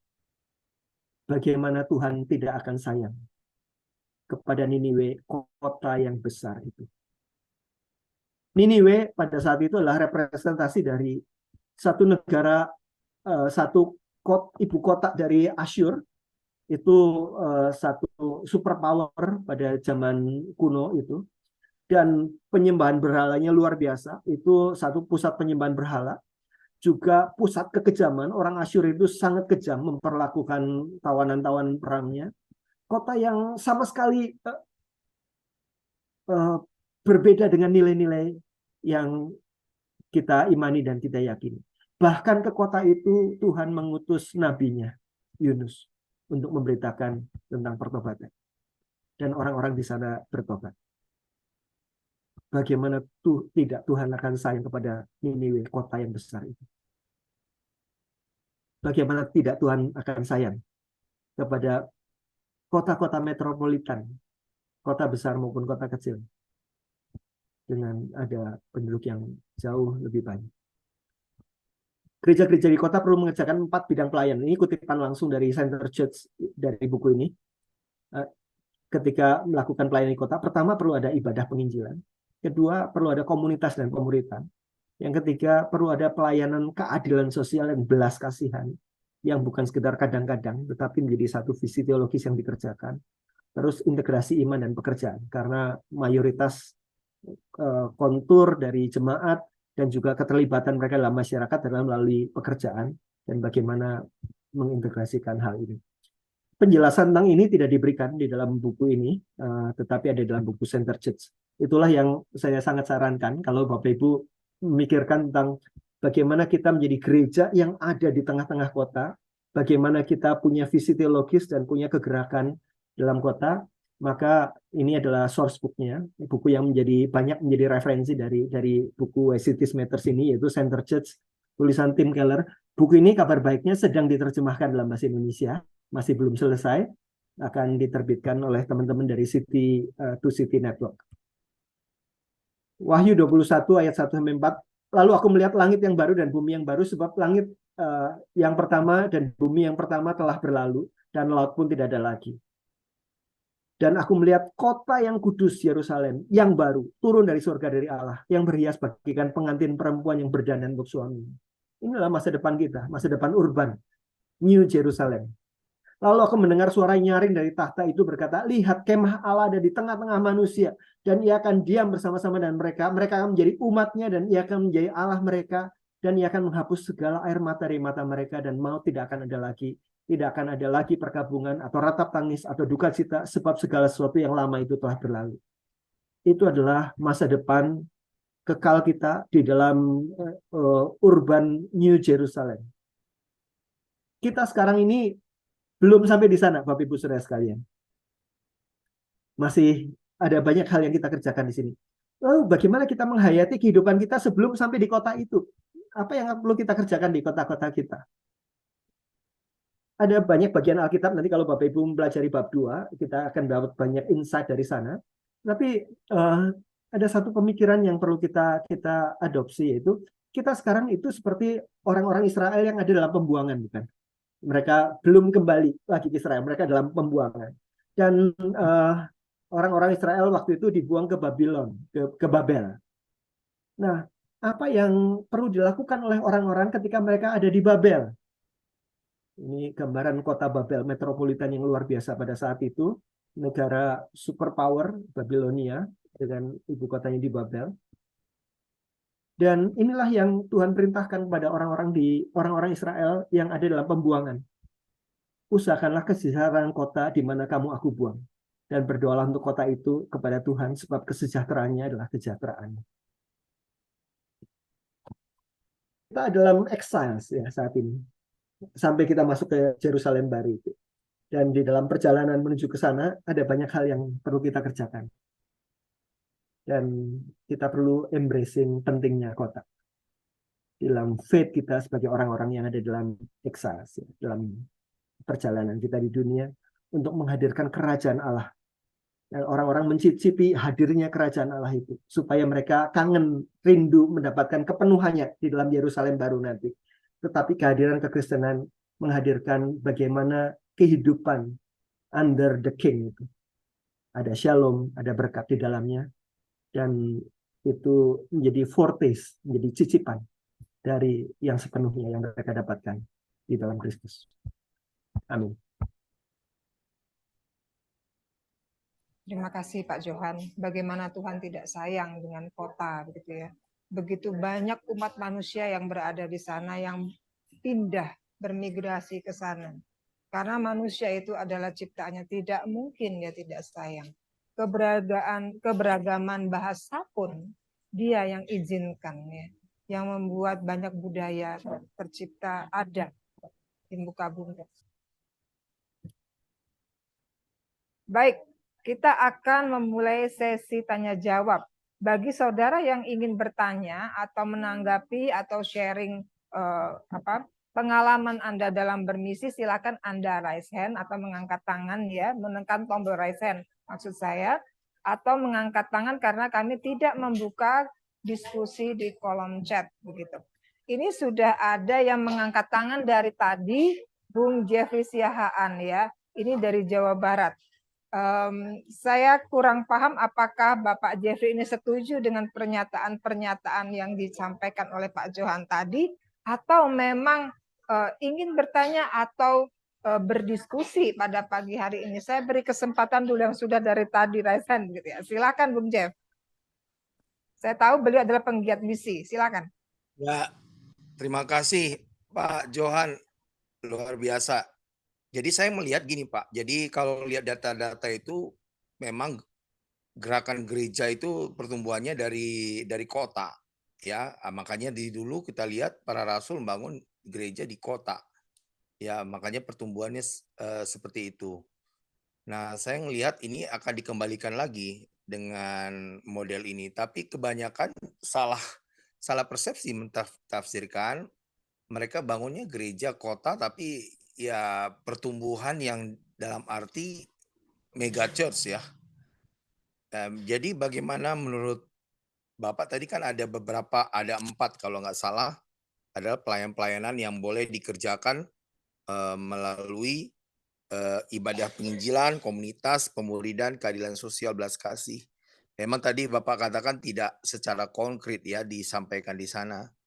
Tapi apakah Bapak punya gambaran? Karena gini, kalau lihat di komunitas di kota ini beragam. Ya, ada juga komunitas Gojek, ada komunitas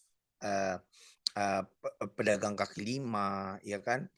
Juga yang bisa kita raih sebenarnya oleh gereja, ya.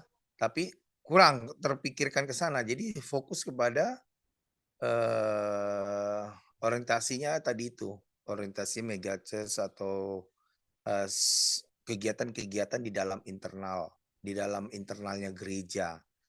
Nah, menurut Bapak, tadi ada 4 bidang pelayanan ini, apa kira-kira Pak yang bisa kita lakukan untuk mengembalikan ini supaya yang bisa kerjakan menurut Bapak, ya pandangan Bapak setelah membaca buku ini, dari 4 itu kira-kira seperti apa model yang Bapak bisa sarankan yang bisa kita lakukan untuk gereja ada di kota ini, Pak. Terima kasih, Pak. Ya, langsung saja Pak Johan untuk menjawab hal ini. Silakan.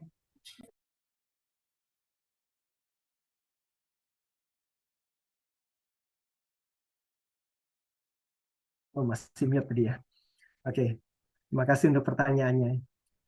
Saya melihat masalah di gereja itu bukan hanya masalah di gereja di kota. Saya keliling ke banyak gereja di desa maupun di kota.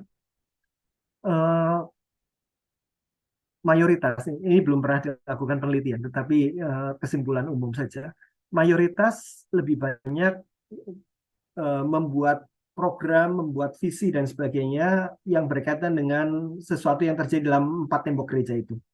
Melakukan keluar itu kadang-kadang saja, tetapi itu menjadi semacam tambahan, menjadi semacam bumbu, tetapi bukan yang utama. Yang utama semuanya ke dalam. Jadi itu bukan cuma masalah mega church. Gereja yang kecil di kota juga kayak begitu. Dan itu bukan cuma masalah gereja di kota, baik yang mega maupun yang mikro begitu ya. Di desa juga begitu gitu.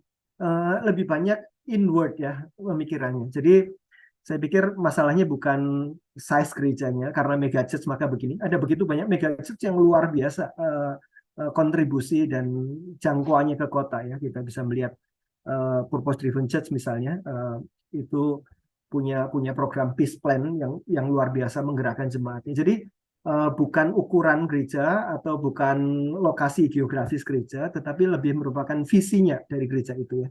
Kalau visinya terbatas di situ ya sudah berhenti di situ. Nah, apa yang perlu dilakukan kalau begitu ya? Tadi Bung Jeffrey bilang ada kota itu kompleks banyak gitu ya, ada orang ojek dan macam-macam. Nah, betul kita nggak bisa mengerjakan semuanya ya. Jadi terlalu kompleks, terlalu luas. Ini perlu kemitraan. Ini topik besar lain lagi yang dibahas sedikit sekali dalam buku itu, dibahas tapi tidak banyak. Kalau kita mau serius mengerjakan kota, tidak bisa tidak. Ini bukan kerjaan satu gereja, sebesar apapun gerejanya nggak mungkin. Ini kerjaan bersama-sama. Jadi kemitraan menjadi kunci di situ. Nah, tetapi lepas dari itu, sebagai individual church, sebagai satu gereja, kita perlu memiliki fokus-fokus tertentu. Kita tidak berusaha mengerjakan semua hal karena nggak mungkin.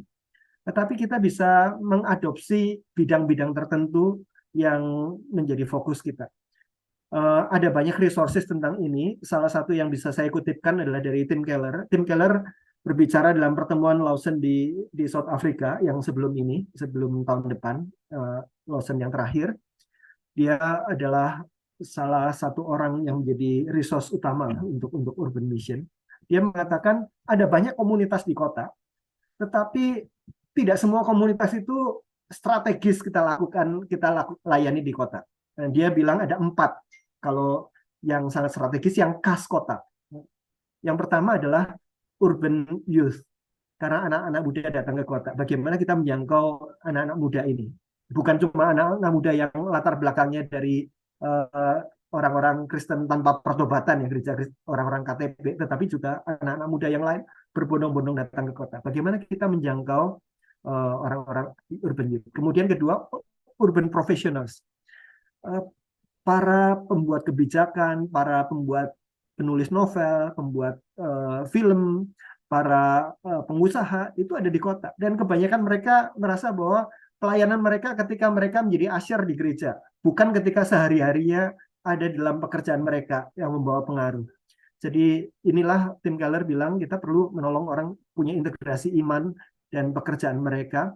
Urban influencers ini adalah urban professionals, para businessmen dan professionals ini adalah sesuatu yang luar biasa kalau mereka diberdayakan untuk memandang kehidupannya secara lebih utuh dalam konteks misi Tuhan dan bermisi melalui pekerjaan. Jadi urban youth, urban professionals.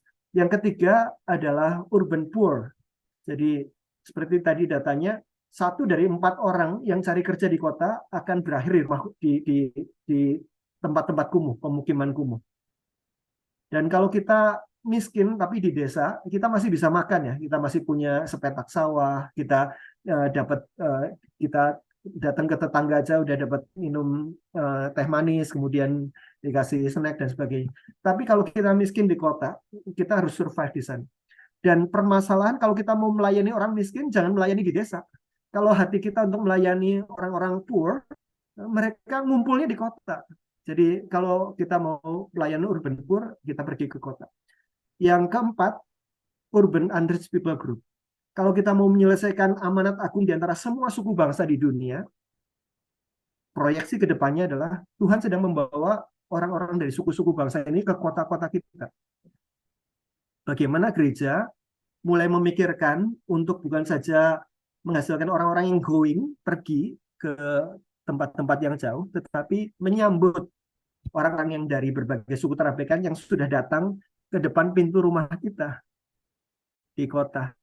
Dan 4 hal inilah yang dipropos oleh Tim Keller untuk kita serius fokus memikirkan itu. Dan kalau gereja nggak punya fokus terhadap hal-hal ini, ya dia akan melakukan business as usual saja dan hanya menjadi gereja yang hadir di kota, kadang-kadang melakukan sesuatu di kota, tetapi tidak hadir for the city. The church in the city, tapi tidak the church for the city. Mungkin gitu, Bung Jeff.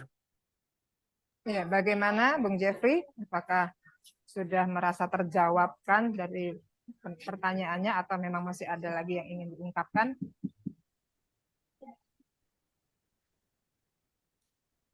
Kayaknya sudah cukup ya. Iya, Pak Johan, dari apa yang dipertanyakan oleh Pak Jeffrey ini, kita melihat bahwa sangat serius untuk mengerjakan misi di perkotaan, gitu ya. Dimulai dari pemilihan visi yang tepat bagi gereja sesuai dengan callingnya masing-masing ya. Kemudian bagaimana mereka menjalankan visi itu, mereka mencapai visi itu dengan misi-misi yang harus jeli, yang harus dipilih, begitu. Nah, dari keseriusan ini, jika memang benar-benar berfokus untuk gereja kota, tentang kota. Lalu bagaimana dengan pelayanan di desa? Kalau di pelayanan di perkotaan itu sangat penting, apakah pelayanan di pedesaan itu menjadi kurang penting atau tidak penting? Mengingat bahwa di abad ini urban mission itu, maksud saya urban perpindahan penduduk itu begitu besar lonjakannya. Terima kasih Pak Johan. Ya, kita melayani Tuhan yang global ya, Tuhan yang melayani di semua seluruh dunia begitu ya. Jadi baik pelayanan untuk orang-orang di kota maupun orang-orang di desa ya sama-sama itu adalah hati Tuhan. Jadi tidak semua orang juga akan efektif di kota. Ada orang-orang tertentu yang sangat efektif di desa. Ada juga orang-orang tertentu yang sangat efektif di kota. Jadi masing-masing kita perlu menggumulkan panggilan kita apa. Jadi bukan berarti kalau panggilan kita ke desa jadi merasa, aduh ini kok nggak strategis ya, bukan itu ya. Tetapi masing-masing kita punya efektivitas dan beban visi yang Tuhan berikan berbeda-beda, dan Tuhan rindu supaya ada kesaksian Injil di semua tempat ya, semua komunitas. Cuma masalahnya adalah begini. Tuhan mengasihi manusia ya. Betul ya. Dan manusia ini paling banyak ada di kota. Maka kita bisa berasumsi bahwa ya Tuhan mengasihi kota karena manusia-manusia di dalamnya. Kota adalah tempat di mana dalam per meter perseginya paling banyak ada gambar Tuhan di sana, paling banyak ada manusia di sana. Nah, di kota lebih banyak manusia daripada pohon. Di desa lebih banyak pohon daripada manusia, begitu ya. Maka Tuhan melihat bahwa ya ini kota adalah satu tempat strategis untuk dilayani. Nah, tetapi lembaga pelayanan pribadi-pribadi dipanggil untuk melayani di berbagai tempat. Kalau panggilan kita di desa, why not? Itu panggilan dari Tuhan, dia yang punya tuayan ya. Jadi tapi pentingnya kota tidak membuat desa menjadi tidak penting, tetapi kita melihat ada sesuatu yang kita perlu ubah dalam strategi kita kalau kita mau efektif dalam pelayanan misi jangka panjang. Mungkin begitu, Bu Yuna. Oke, terima kasih Kak Johan. Jadi setiap orang juga harus menyadari kapasitasnya masing-masing dari Tuhan dan kecocokannya berada di mana ya Kak Johan ya. Jadi jangan juga terlalu memaksakan diri kalau dia sebenarnya panggilannya di pedesaan, lalu gue ikut-ikutan deh di kota aja kayaknya kan keren begitu ya. Karena Tuhan kalau memilih dan memanggil kita pasti ada maksud tertentu dan dia melihat kemampuan dan kecocokan itu ya Pak Johan ya.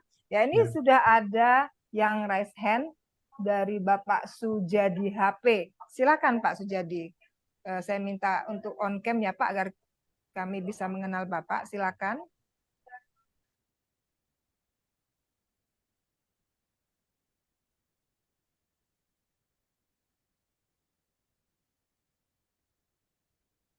Masih di mute Pak, bisa dibuka. Iya, silakan Pak. Ya.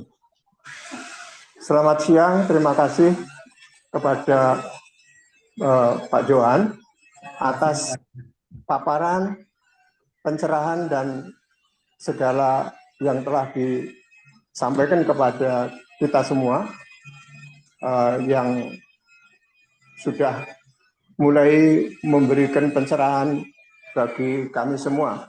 Kami dari Gereja Baptis Indonesia Batu Jaman, Bandung, menyampaikan satu hal, tetapi dengan keterangan awal demikian. Di tengah komunitas menuju kerajaan Allah, atau mungkin dapat disebut Yerusalem baru, yang penuh damai, sejahtera, adil, rukun, dan sebagainya. Namun, di tengah-tengah komunitas, seringkali, banyak kali ada gosip, ada masalah, yang cenderung menjadikan konflik, baik secara lokal maupun global. Bagaimana pendapat Bapak dan komentar Bapak? Kemudian apa advice Bapak dalam menangani konflik secara individu maupun secara komunitas? terkait dengan visi teologis gereja yang menjadi kerangka kegiatan. Lebih jelasnya bagaimana melayani orang tertindas sebagai korban ketidakadilan di tengah-tengah masyarakat baik lokal maupun global. Terima kasih Bapak. Ya Pak Johan, silakan. Pertanyaan cukup berat. Silakan Pak Johan. Ketika kita belajar metanarasi Alkitab ya, dalam penciptaan, kejatuhan, penebusan, dan penggenapan tadi ya. Tadi Bapak bilang tentang penggenapan itu nanti di akhir di sana. Tapi kita sekarang berada dalam realitas di dalam penebusan dan pemulihan dalam banyak hal ya. Kita sudah melewati penciptaan, kejatuhan, dan dalam kejatuhan ini kejatuhan yang merusak semua aspek. Kalau orang teologi bilang total depravity of man ya. Sebenarnya bukan hanya man saja, tapi juga creation ya. Jadi kerusakan yang sudah meliputi segala macam. Dan segala macam itu bukan hanya di kota di luar sana, tetapi juga di dalam gereja, di dalam sekolah teologi ya, di dalam total depravity itu mempengaruhi semua. Sehingga muncul ketidaksepakatan untuk sesuatu yang baik pun kita harus berjuang, bahkan di dalam gereja begitu ya. Kemudian muncul perpecahan dan sebagainya, dan itu realitas dari kejatuhan. Sebagaimana ada total depravity di dalam semua aspek kehidupan, semua aspek kehidupan sudah dicemari dan dirusak oleh dosa, maka metanarasi Alkitab menolong kita untuk melihat bahwa penebusan, redemption itu juga seharusnya mempengaruhi semua hal. Bukan hanya bicara tentang keselamatan umat manusia saja. Saya terima Yesus sebagai Tuhan Juru Selamat pribadi, sudah dapat tiket gratis masuk surga, saya tinggal nunggu nanti hari H di mana saya masuk surga. Bukan itu saja. Tetapi karya penebusan di dalam metanarasi ini, dosa yang sudah merusak segala sesuatu, tetapi penebusan ini yang memulihkan segala sesuatu. Jadi bagaimana ketika kita berdoa, datanglah kerajaan-Mu, jadilah kehendak-Mu di bumi seperti di surga. Kita sedang berkata, Tuhan, kiranya nama-Mu dikenal, dihormati, dimuliakan, pemerintahan-Mu, Engkau memerintah sebagai raja. Datanglah kerajaan-Mu, Engkau dirajakan, pemerintahan-Mu dihormati di tempat ini, di kota ini, di gereja ini, begitu ya. Jadi total depravity paralel dengan total redemption, ya, penebusan yang total. Jadi kehadiran kita bukan hanya sebagai orang yang terima Yesus secara individu kemudian masuk surga nantinya, tetapi sebagai orang-orang yang ditebus itu bagaimana menjadi agen-agen kerajaan Allah yang terus mendoakan dan mengusahakan kehadiran kerajaan Allah itu, meskipun kita juga tahu bahwa di dalam metanarasi itu kita tidak akan sampai pada penggenapannya. Penggenapannya nanti kalau sudah penggenapan segala sesuatu ketika ada dalam Yerusalem baru itu. Tetapi bukan berarti ya udah kalau gitu nunggu nanti saja.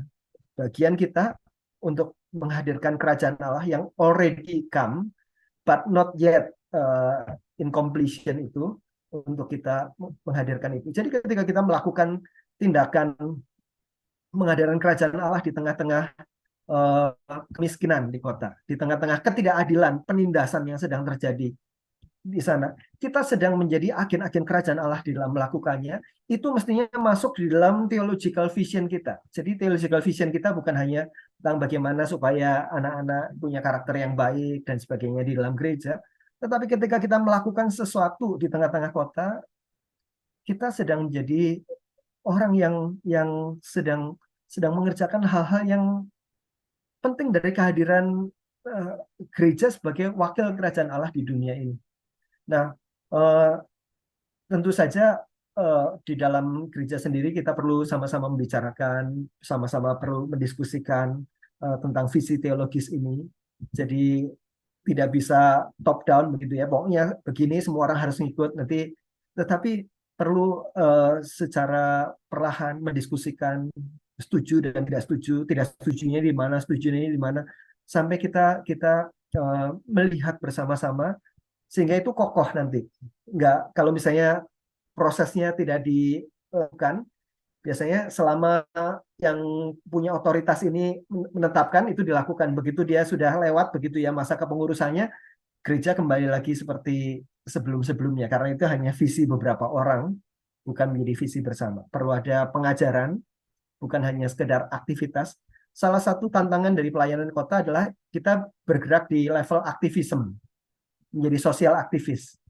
Kita melakukan kegiatan-kegiatan baik itu, dan namanya juga baik ya, punya pengaruh yang baik dan sebagainya, tetapi tidak melakukannya dalam konteks misi Tuhan, tidak melakukannya di dalam penghayatan sebagai orang-orang yang menghadirkan cicipan kerajaan Allah itu.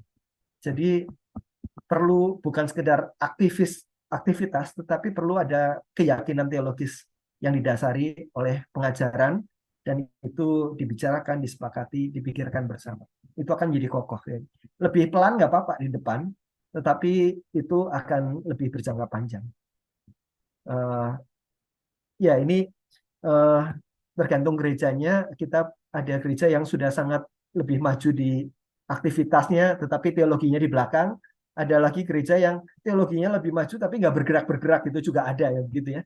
Nah juga atau teologinya lebih sempit ya, memikirkan lebih ke sesuatu yang individual di dalam gereja. Pokoknya jangan sampai kita tercemar, nanti kita malah dimusuhi oleh masyarakat dan sebagainya. Dan sebagainya.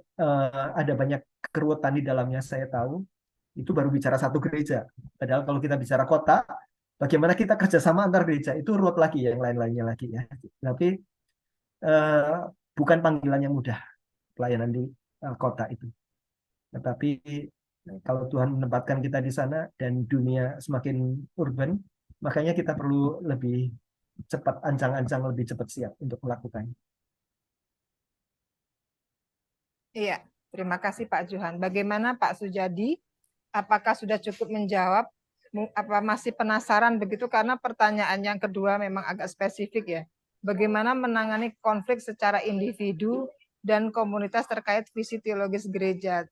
Tapi saya kira tadi sudah include sebenarnya dari pertanyaan yang nomor pertama begitu.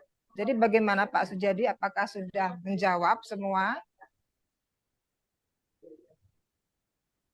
Oke, saya anggap sudah ya Pak ya. Kita beralih ke penanya selanjutnya, Bapak Juliana Sianturi. Ibu. Oh iya, Ibu Juliana Sianturi ya, maaf. Ya, ini. Ada yang. Oh, Bapak Sujadi mungkin masih ingin memberikan komentar. Untuk Ibu Juliana tahan sebentar ya Bu ya. Ya silakan Ibu Pak Sujadi, bagaimana Bapak? Mohon tambahan waktu sedikit, Ya, Pak Johan. silakan. Kami cara atau pola berpikirnya, kami sering membaca Alkitab di dalam 2 Korintus 5 ayat 18 sampai dengan 20 yang memberi petunjuk tentang perdamaian sebagai jalan yang dikehendaki Allah. Sehingga tapi saya masih memerlukan penjelasan atau komentar dari Pak Johan. Terima kasih.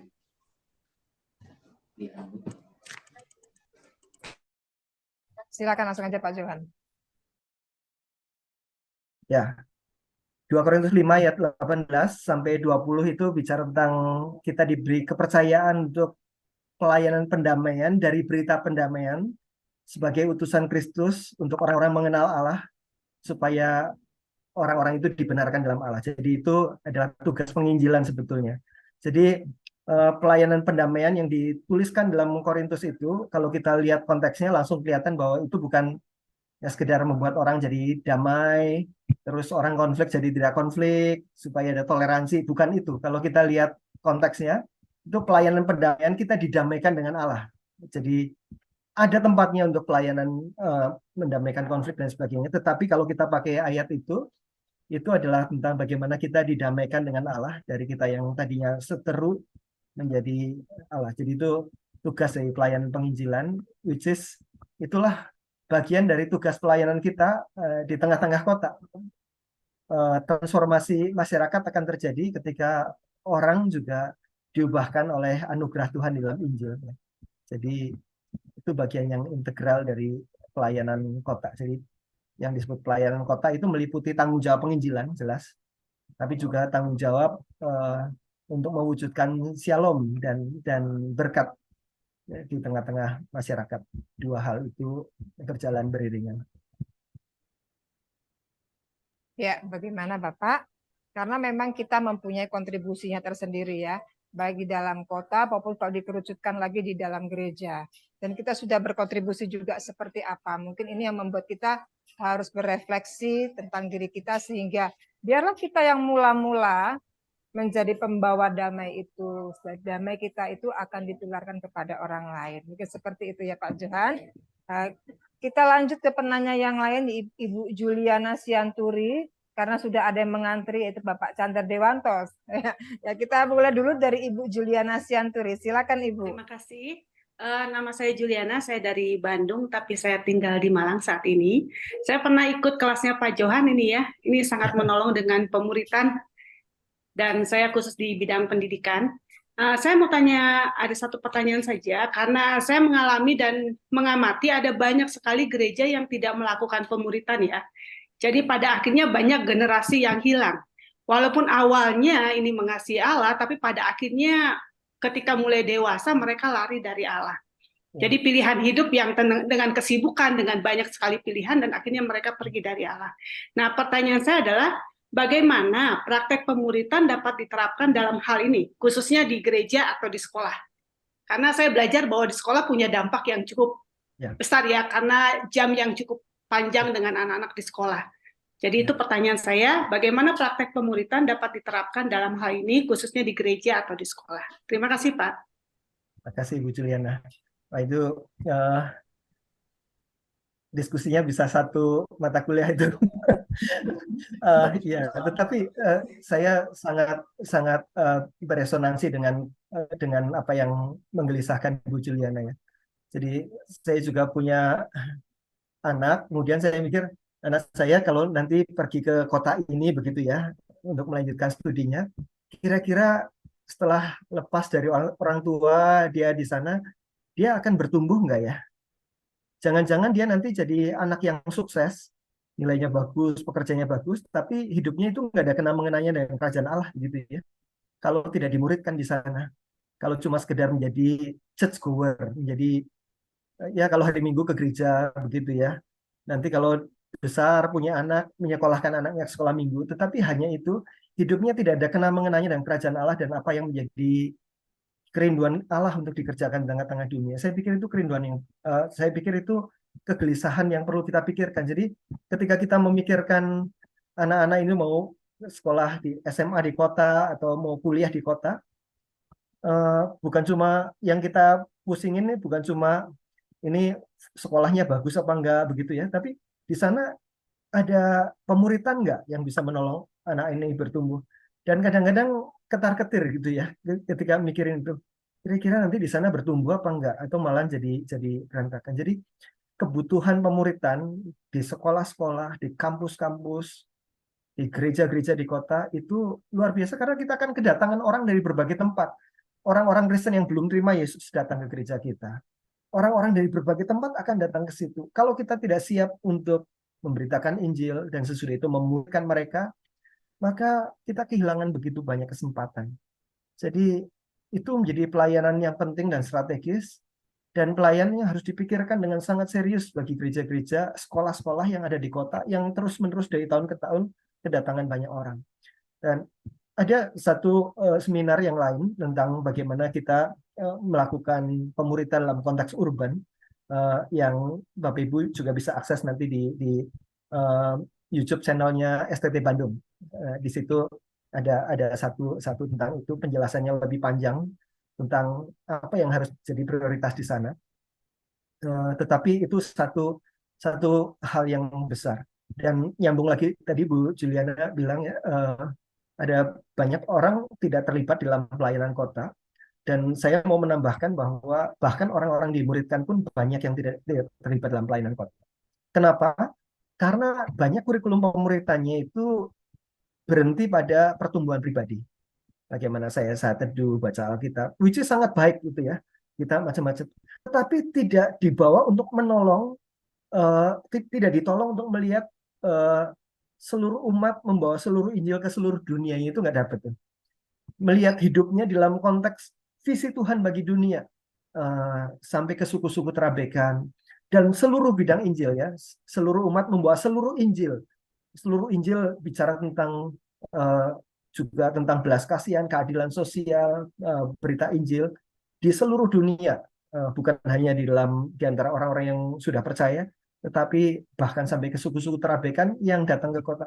Visi teologis ini tidak disampaikan seringkali dalam banyak program pemuritan. Jadi meskipun sudah dimuridkan, orang menjadi tetap hidup bagi diri sendiri dalam konteks Kristen. Jadi itu salah satu PR yang lain lagi. Jadi dimuridkan apa enggak itu menjadi satu hal yang penting. Sudah dimuridkan pun dimuridkan dengan cara seperti apa itu menjadi hal yang lain lagi. Jadi PR kita banyak, Bu Juliana. Ya.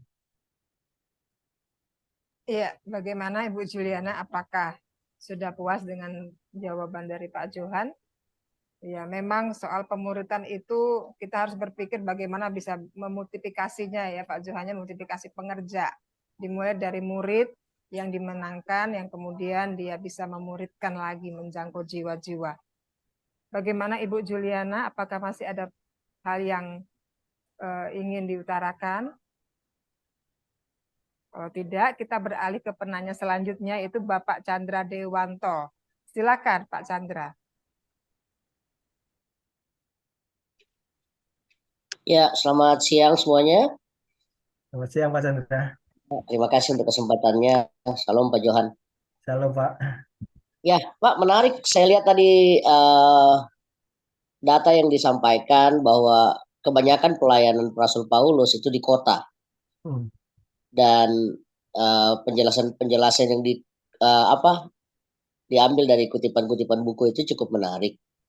Nah, menurut Bapak nih, setelah mempelajari ini, kok pada zaman-zaman, sejak mulai zaman kapan ya, gereja mulai fokus ke desa, ke rural area, bukan ke urban ministry? Oke. Ya. Misleadingnya di mana, Pak? Sampai agak bergeser. Karena ketika saya sekolah STT, kebanyakan memang yang diajarin itu adalah pelayanan desa. Walaupun STT-nya di kota besar. Apakah karena mentalitas kita atau bagaimana? Menurut Bapak seperti apa? Dan apa yang kita perlu lakukan sebagai dosen teologi untuk menanamkan visi pelayanan kota kepada siswa kita? Terima kasih Bapak. Terima kasih Pak Chandra untuk pertanyaannya. Ya, langsung aja sebetulnya Pak tidak Johan. ada. Ya, sebetulnya tidak ada yang salah Pak Chandra dengan berbagai perubahan itu. Ya, waktu awalnya kekristenan adalah urban movement, gerakan dari kota ke kota, tetapi tidak berarti yang pelayanan hanya yang di kota saja, seperti yang kota-kota yang dikunjungi Paulus. Ada banyak sekali tempat-tempat yang tidak dikunjungi oleh Paulus. Tapi Paulus fokus ke pelayanan di kota-kota, dan sesudah kota-kota itu dimenangkan, orang-orang di kota itu menyebar ke berbagai tempat ya. Seperti tadi contohnya, waktu Paulus menulis surat kepada jemaat di Tesalonika, di 1 Tesalonika dibilang bahwa aku tidak perlu datang ke daerah Akaya lagi, begitu. Akaya itu satu provinsi yang besar, karena orang-orang di Tesalonika itu sudah memberitakan Injil ke sana. Artinya orang-orang di kota ini sudah pergi ke desa-desa. Jadi sebetulnya pada waktu itu terjadi juga pelayanan di desa-desa di seluruh wilayah Akaya, demikian juga di daerah Galatia. Tetapi ini masalah mana yang strategis duluan untuk kita kerjakan, begitu ya. Nah, ketika kekristenan berkembang, itu juga berkembangnya banyakkan di sejarah awalnya di kota-kota. Kemudian terjadi masa-masa kegelapan yang begitu lama. Kemudian mulai gerakan misi modern William Carey. Dan William Carey itu perginya semuanya ke kota-kota dulu. Jadi kalau kita lihat perkembangan awal misi modern, itu perginya ke kota-kota pelabuhan. Karena dari Inggris, dari berbagai tempat di Eropa, itu kan naik kapal. Dan kota-kota yang paling berkembang dimanapun, mau di Cina, di India, dan sebagainya, itu adalah di kota-kota pelabuhan. Jadi misi awal itu adalah misi di pelabuhan itu, bukan misi di pedalaman. Nah, jadi kota-kota besar waktu itu dijangkau, jadi kota-kota paling besar itu ada di pelabuhan. Nah, kemudian waktu gelombang misi yang kedua, baru memikirkan misi di pedalaman. Karena mikir, nggak cukup ini yang di kota ini saja. Tetapi bagaimana dengan orang-orang yang di dalam? Muncullah Hudson Taylor dan teman-teman begitu ya, bicara tentang China Inland Mission. Bagaimana kita menjangkau ke pedalaman supaya Injil ini sampai kepada semua suku bangsa, tidak cukup hanya di kota saja, perlu sampai ke tempat-tempat yang di dalam. Nah, itu pergerakan misi ke pedalaman menjadi kuat sekali karena kota-kota pelabuhan sudah dijangkau. Nah, kemudian masuk ke sana. Salah satu concern yang tadi Pak Chandra Dewanto bilang bahwa kita fokusnya ke pedalaman, ini sebetulnya masih masuk ke dalam periode kedua dari sejarah misi modern, pelayanan pedalaman begitu ya, karena orang-orang ini ada di dalam. Sementara di dalam sejarah misi modern kita sudah masuk ke dalam era ketiga.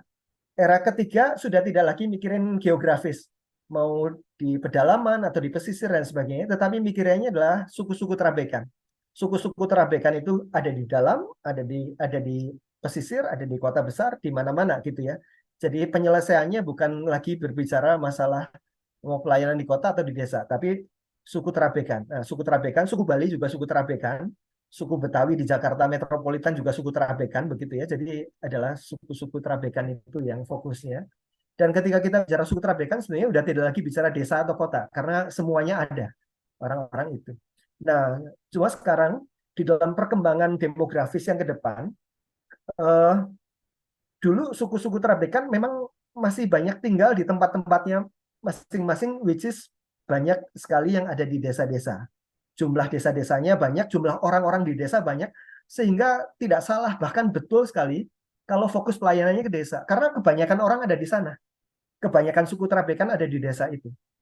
Nah, tetapi kalau kita melihat tren demografis ke depan, kebalikannya. Justru kebanyakan orang ada di kota dan kebanyakan suku terabekan nanti ada di kota, bukan di desa. Jadi ada sesuatu yang sedang membalik sekarang. Jadi kalau masa itu, bahkan sampai sekarang juga masih relevan karena kita masih kira-kira masih 50-50 lah. Kota iya, desa iya.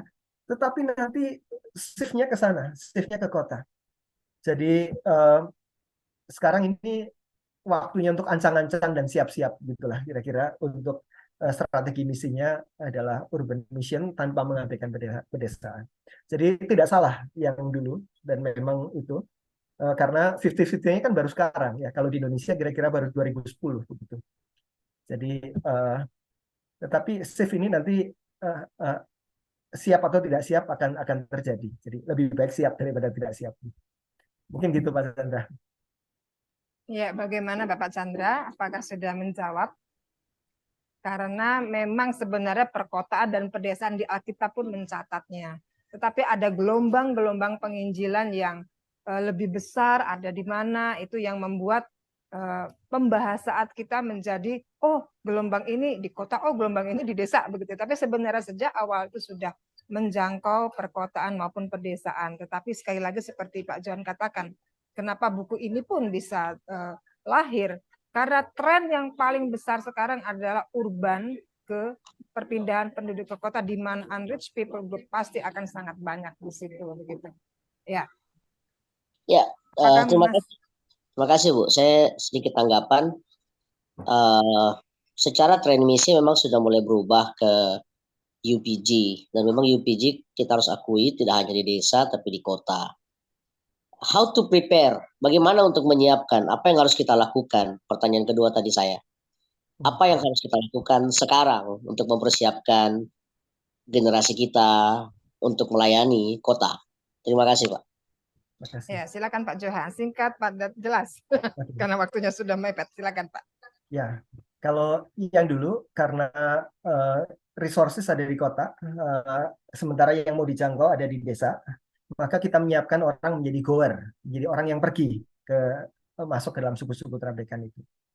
Tetapi sekarang resources ada di kota, yang mau dijangkau suku-suku terabekan itu juga sedang dibawa masuk ke kota. Jadi strateginya salah satu yang praktis adalah kita perlu menyiapkan lebih banyak welcomer daripada goer, orang-orang yang menyambut dan punya visi untuk menjangkau mereka. Dan itu artinya kalau dulu pelayanan mobilisasi untuk menghasilkan semakin banyak goer itu penting, terlebih lagi sekarang pelayanan mobilisasi untuk menyiapkan gereja menjadi welcomer, di mana akan lebih banyak welcomer kemungkinan yang bisa kita dapatkan daripada goer. Jadi pelayanan welcoming dan pelayanan mobilizing untuk menyambut orang-orang yang datang ke kota itu menjadi dua hal agenda misi yang penting untuk ke depannya. Oke, kita logikanya seperti sebuah gereja ya. Mereka bagaimana menyiapkan petobat-petobat baru.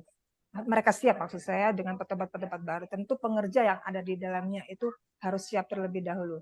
Nah, ini yang dimaksudkan dengan Pak Johan, lebih banyak penyiapan orang-orang yang menyambut mereka untuk siap dilayani. Mungkin dengan pemuritan ya Pak Johan ya, lebih banyak PA begitu ya, dan pelatihan-pelatihan pengerja begitu. Dengan bidang-bidang tertentu, misalnya bisa ada WA, karena tadi ada youth ya, youth generation, bisa spesifikasi untuk sekolah WL mungkin, musik gereja atau lain sebagainya. Mungkin seperti Enggak, itu, Bu atau Yelen. bagaimana? Kita bisa doing church as usual dengan semua pelatihan-pelatihan itu. Bagaimana kita punya worship leader yang lebih baik, bagaimana kita punya preacher yang lebih baik, bagaimana kita punya youth ministry yang lebih menarik, begitu. Tetapi tetap untuk di dalam situ saja. Jadi perlu sesuatu yang lebih dari itu. Oke, jadi menyiapkan wadah begitu ya Pak ya, wadah dan pengerjanya. Saya Visi mungkin untuk menjangkau. Jadi ya, tetapi juga punya visi untuk menjangkau, karena memang itulah kita terpanggil ya, eklesia. Saya kira waktu kita harus segera berakhir, kita harus segera menutup acara ini. Berikan aplaus dulu untuk Pak Johan dan bagi kita semua, luar biasa. Seru sekali hari ini, dan saya pikir perlu ada gelombang selanjutnya untuk diskusi misi seperti ini, sejalan dengan gelombang yang Tuhan sedang kerjakan begitu ya. Sekali lagi terima kasih Pak Johan, terima kasih buat Bapak Ibu yang hadir di ruang Zoom pada pagi siang hari ini. Kita akan menutup acara ini, dan doa penutup akan dihantarkan oleh Bapak Samuel Yudi, agar Tuhan memberkati semua pelajaran yang sudah kita dapatkan dan kita bisa menerapkannya di dalam kehidupan kita. Silakan Pak Yudi. Baik, terima kasih Ibu Yulen. Mari Bapak Ibu kita akan bersatu hati di dalam doa.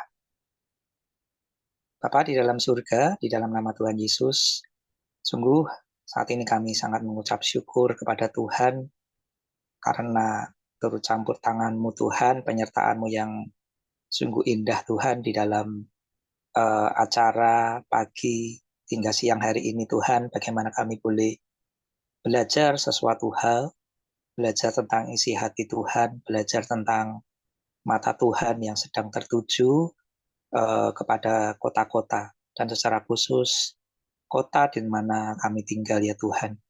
Dan kami sangat bersyukur Tuhan memakai Pak Johan Setiawan Tuhan yang sudah membedah buku Why Sitting We Matter Tuhan, sehingga kami semua Tuhan, pikiran kami boleh semakin dibukakan tentang visi Tuhan yang sungguh luar biasa ya Tuhan saat-saat ini, dan kami boleh semakin dibukakan, kami boleh semakin mengerti bahwa saat-saat ini, di masa-masa ini kami boleh hidup ketika begitu banyak Tuhan menyediakan jiwa-jiwa padi yang sudah menguning dan siap untuk dituai ya Tuhan. Dan kami menyadari bahwa Tuhan sedang bekerja untuk mengirimkan begitu banyak orang, mengirimkan orang-orang yang ada di desa untuk masuk ke dalam kota. Kami yakin dan percaya Tuhan bahwa ini adalah satu rencana-Mu yang luar biasa Tuhan, tidak hanya bagi kami secara pribadi, tetapi bagi gereja-gereja Tuhan yang mulai bertumbuh subur yang ada di kota-kota. Oleh sebab itu Tuhan, kami berdoa kiranya melalui pembahasan bedah buku yang sudah disampaikan pada siang hari ini Tuhan, itu menjadi dasar bagi setiap kami sebagai gereja-Mu, menggerakkan kami sebagai gereja-Mu, untuk kami sebagai gereja Tuhan tidak hanya tinggal dan ada di kota, tetapi biar setiap gereja Tuhan mulai bergerak untuk menyambut kedatangan orang-orang yang belum mengenal Tuhan, sehingga kami boleh menerima mereka ya Tuhan, dan kami boleh semakin memberitakan Injil kebenaran kepada setiap orang, dan mereka boleh mengenal Kristus Tuhan, dan mereka boleh menerima anugerah keselamatan yang daripada Tuhan. Dan minimal bagi kami sebagai pribadi-pribadi ya Tuhan, dimanapun Engkau menempatkan kami Tuhan, baik itu di lingkungan pendidikan, di sekolah, di gereja, di tempat-tempat kerja, dimanapun kami berada Tuhan, minimal melalui kehidupan kami Tuhan, memakai kehidupan kami, supaya kami dapat menjadi garam, menjadi terang yang terus memancar, dan hidup kami boleh berdampak ya Tuhan kepada setiap orang yang ada di sekitar kami. Sehingga dengan demikian nama Tuhan semakin dipermuliakan. Kami yakin dan percaya setiap kami boleh diberkati oleh Tuhan dengan berkat yang begitu melimpah Tuhan melalui pelajaran, pengajaran yang boleh disampaikan oleh Pak Johan pada siang hari ini. Terima kasih Tuhan, terima kasih. Kami menyerahkan Tuhan seluruh keberadaan hidup kami ke dalam tangan Tuhan, terutama bagi Pak Johan Setiawan yang Tuhan sudah pakai, Tuhan terus berkati, Tuhan urapi, dan Tuhan pakai dimanapun Pak Johan berada, boleh semakin nama Tuhan itu dipermuliakan. Juga setiap kami yang boleh terlibat di dalam acara siang hari ini, Tuhan, kami juga memohonkan berkat yang daripada Tuhan. Dan untuk acara-acara yang selanjutnya, program-program selanjutnya, Tuhan, kiranya Engkau juga terus memakai Tuhan acara-acara yang seperti ini untuk dapat dipakai Tuhan menjadi sarana penginjilan, dan kebenaran boleh semakin disebarluaskan. Setiap kami yang boleh hadir pada siang hari ini, kami juga yakin Tuhan Engkau akan terus memakai setiap kehidupan kami. Kami boleh hidup berjalan kepada visi Tuhan yang Tuhan sudah tanamkan dalam hidup kami. Dimanapun kami berada, hidup kami dapat menjadi berkat. Terima kasih Tuhan. Ini doa ucapan syukur kami. Kami naikkan kepadamu Tuhan. Di dalam nama Tuhan Yesus kami berdoa. Amin. Terima kasih Pak Yudi. Kalau Yesus menjadi manusia demi pelayanan dan Paulus menghimbau warga Filipi untuk mengadopsi pola pikir yang sama, saya kira ini juga menjadi seruan bagi kita semua yang ada di tempat ini untuk mengadopsi pola pikir tersebut. Ya, waktu selanjutnya saya kembalikan kepada Ibu Dati, silakan. Terima kasih Pak Johan Setiawan yang pagi hingga siang hari ini sudah mengajak kita untuk belajar tentang visi Tuhan bagi kota-kota. Terima kasih Mbak Yulen, Bu Yulen yang telah memandu acara. Terima kasih Tuhan memberkati pelayanan Pak Johan juga Ibu Yulen. Terima kasih untuk kehadiran Bapak Ibu semuanya. Sangat berharga bagi kami. Dan kami nantikan kehadiran Bapak Ibu kembali dalam acara-acara yang diselenggarakan oleh Yayasan Pelayanan Gloria. Dan mewakili kami, tim di Yayasan Pelayanan Gloria, kami sekali lagi mengucapkan terima kasih. Mohon maaf kalau kami tadi tidak bisa menyapa satu persatu Bapak Ibu yang hadir. Dan kami mohon undur diri, pamit dari layar Bapak Ibu sekalian. Selamat beraktivitas di hari Sabtu ini. Mungkin mempersiapkan pelayanan untuk hari Minggu. Selamat melayani di hari Sabtu dan Minggu ini. Tuhan memberkati. Salam sehat untuk kita semua. Tetap bersukacita. Dan kami mohon pamit. Terima kasih.